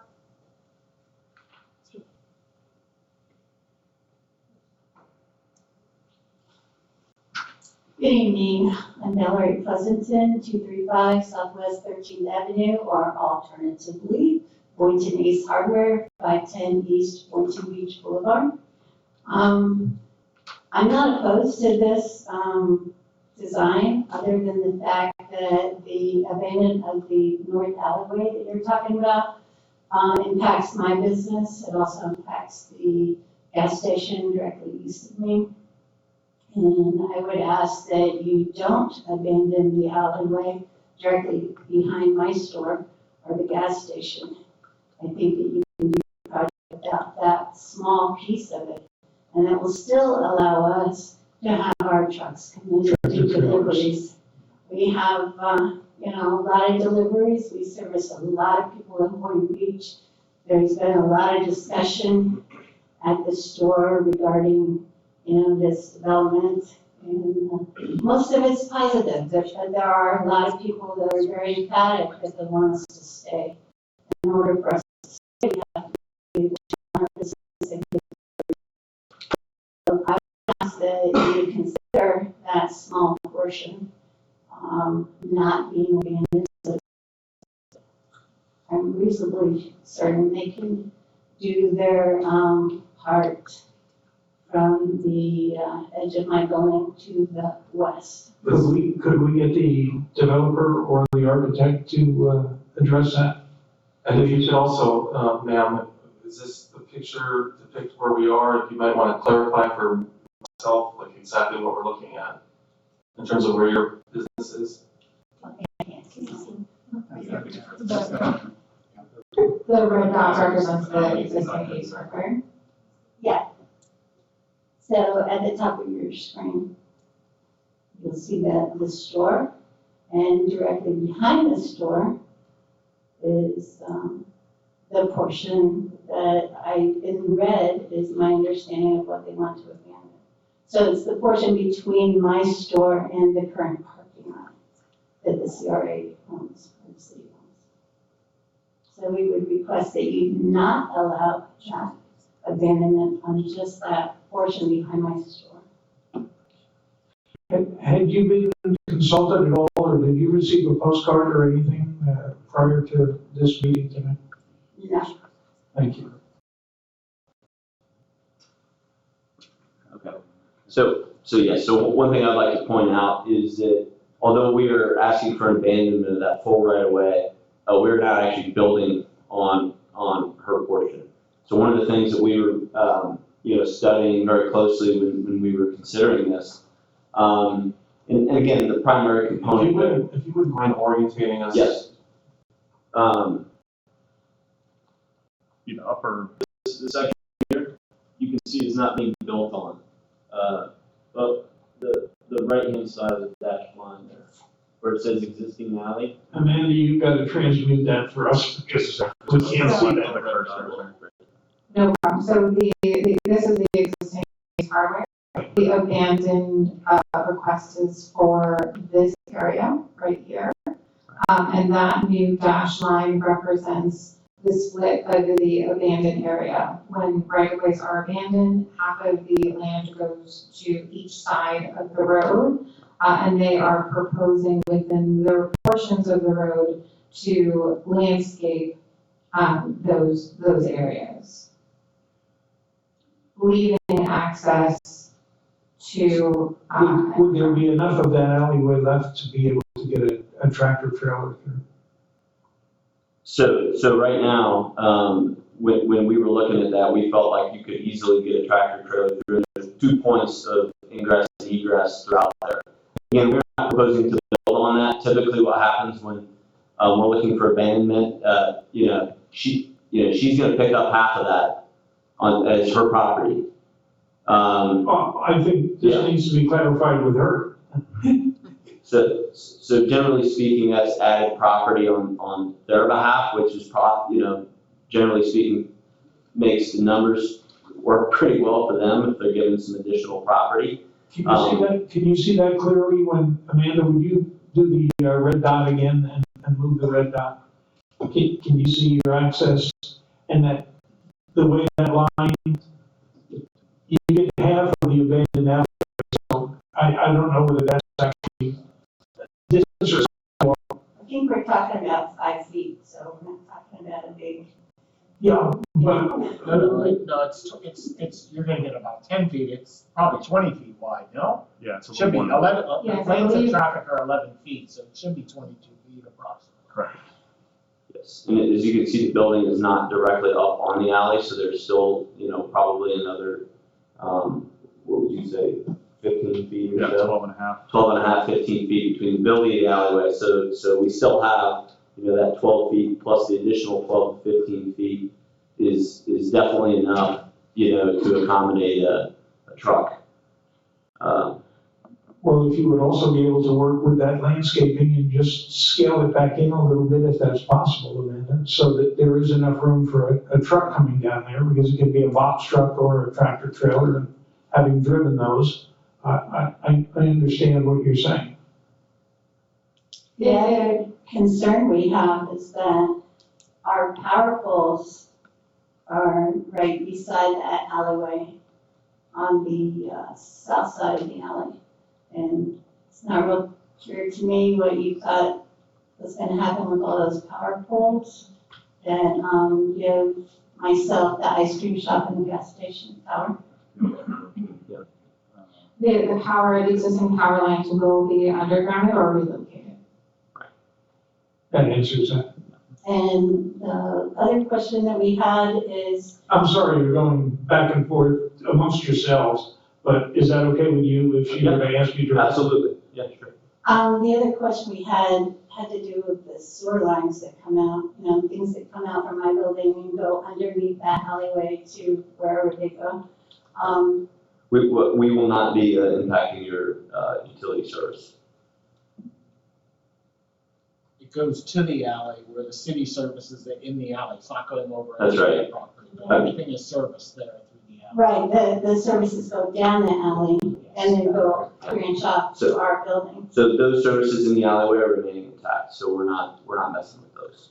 And just for clarification, what happens if utilities are remaining in alleyways is there will be easements held over the alleyways to maintain those utilities and access to them. Right. Certainly. Was there anything else? No, I just would like to go on record that I would appreciate it if you could do something so that we can keep that space to drive through. Thank you. Thank you.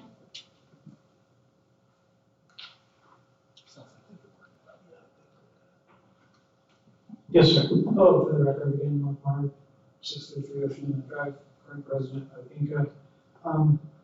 We're just kind of building off of what I already said, on the Exhibit D1, which is the justification statement for the amendment, for that north alley, says it does not contain or support sanitary sewer, cable, telephone. It just seems to be an error in that justification statement, because there is underground clay pipes coming out of those businesses and overhead power lines.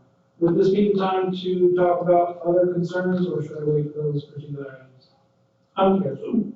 I think this would be the time right now, because we're coming up on 10 o'clock, and we're either gonna need a break or take action here soon. We will have to open to the public. Yeah, sure, It's an individual sure. item, so, but however. If it's okay, we'll just let you continue. There was also the other concern was also the abatement of the portion thereof of the northeast First Street. I think it would create a safety issue, because you're cutting off what otherwise people would turn around the parking garage.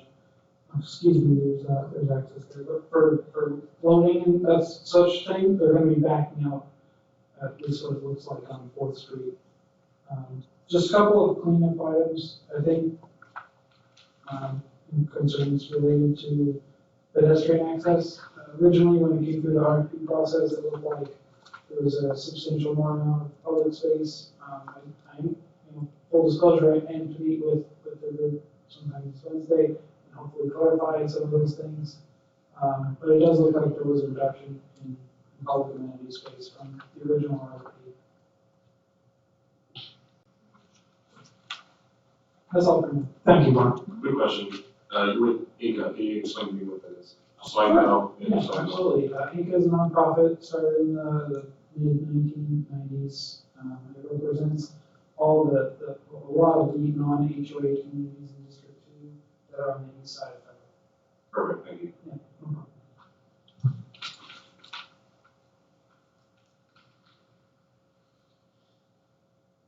problem. Okay. Shall we act on these individually, or, oh no, public comment, and of course, our commissioner wants. The real quick comment for 132 Southwest Second. I just want to go on the record and say I know that it's going back at the commission on the 21st, but I do want to encourage affiliated to meet with the Ace Hardware owner and also Amanda, you as well, to come up with some type of win-win-win resolution to this. So I just want to ask that, and then P&D, Mr. Stanley, I know what it's like. Thank you. Thank you for being here. Thanks for the support. Okay. Any more public comment? We shall start proceeding down the piano keys here. 7E, we're doing this individually. 7E, approval of the Pierce rezoning from Central Business District to Mixed Use Core with the master plan for 300 multifamily residential units and 17,015 square feet of commercial square footage. Is there a motion? Motion is on the table. I'll second. And we have a second. With that, just for clarification, is that motion to approve item 70 pending staff conditions? With staff's. With staff recommendations. Yes.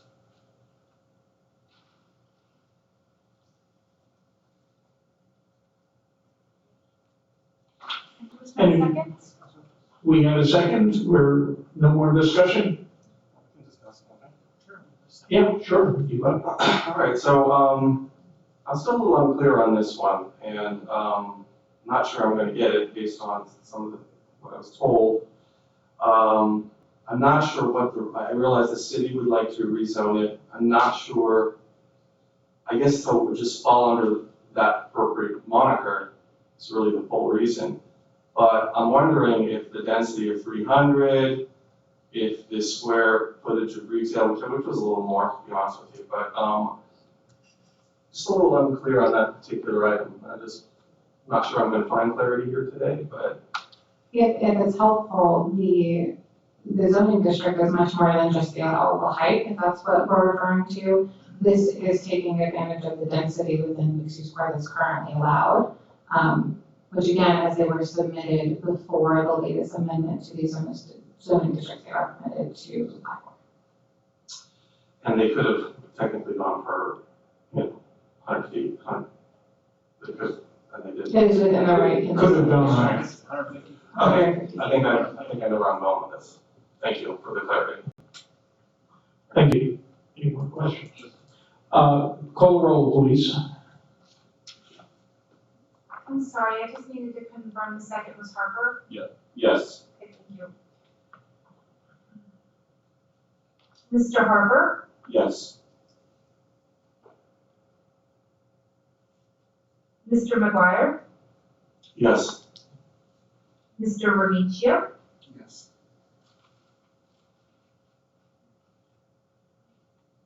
Mr. Buani, Yes. passes 4-0. Thank you. Moving to 7F. Approval of 3 applications for abandonments to vacate a portion of the alleyway located within the northern section of the proposed, the Pierce development,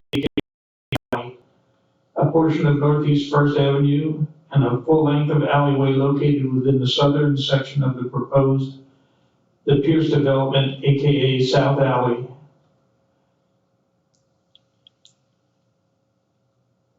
I would move approval of this with the recommendation to the commission that they try to work with, as the commissioner mentioned, to work with the abutting property owner to see if a resolution, a win-win could be worked out with them. But I'll move the approval of that with that caveat. Well, we need a motion. So we do have to open it up to the public each time. We do. So please, do we have any comments from the public?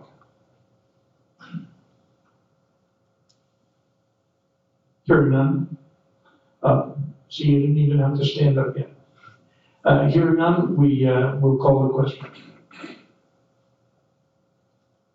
I am sorry, I didn't get who the second, are we on 7F? I'll second it. Thank you. Who was the first?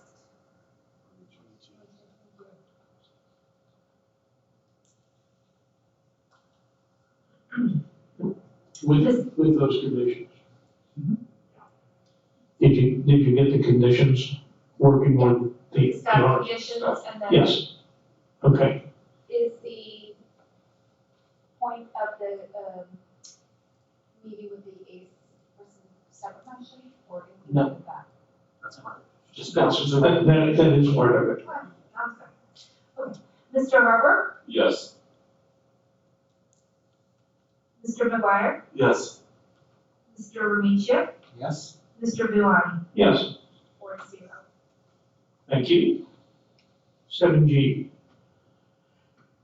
Approval of 4 community design appeal requests for Chapter 4, Article 3, Section 6F2C, freestanding parking garages, prohibiting freestanding parking garages from having frontage on any arterial or collector roadway, to allow for alternative design solutions for the freestanding parking garage as proposed. Do I hear a motion? I'll make the motion. We have the motion. Second. Do we have a second? We have discussion. I'd like to, Yeah, that's what I'm saying. Anyone like to discuss it? Didn't even get up this time.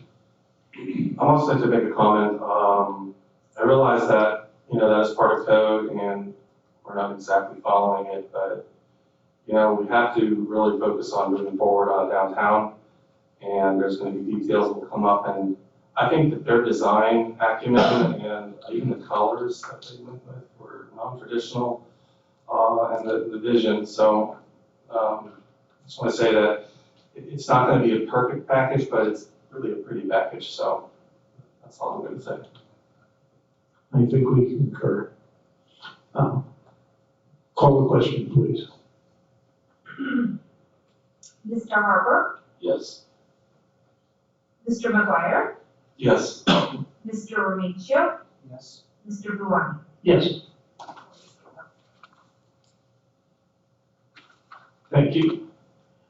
7H, approval of a height exception for Chapter 4, Article 3, Section 6F2C to exceed the maximum height of 75 feet for a freestanding parking garage to allow for a height of 77 feet 11 inches for the egress staircase. The motion to approve 7H as stated. Second. We have a motion and we have a second. We have discussion. Second by Remigio. Harper. Harper, thank you. Discussion from the audience. I think we've covered it amongst ourselves already. So call the question, please. Mr. Harper, Yes. Mr. McGuire, Yes. Mr. Remigio, Yes. Mr. Buoni. Yes. 4-0. Thank you. 7I, approval of new master plan and a new major site plan modification, application for a mixed-use development consisting of an 8-story building with 300 dwelling units, 17,089 square feet of commercial space, associated recreational amenities, and parking on a 3.04 acre site. Do I hear a motion? Oh, We'll be glad to move that item. thank you. I shall second. And Mr. Harper shall second it. Discussion, again, from the audience. Hearing none, call the question, please. Mr. Harper, Yes. Mr. McGuire, Yes. Mr. Remigio, Yes. Mr. Buoni. Yes, 4-0. thank you. And I'm going to move through these other numbers very quickly. I see nothing on 8. Do we have any comments by the members? I hope not. Thank you. Item 10, we are adjourned. Thank you. And thank you all for attending. And thank you for the good presentation. Thank you. Yeah.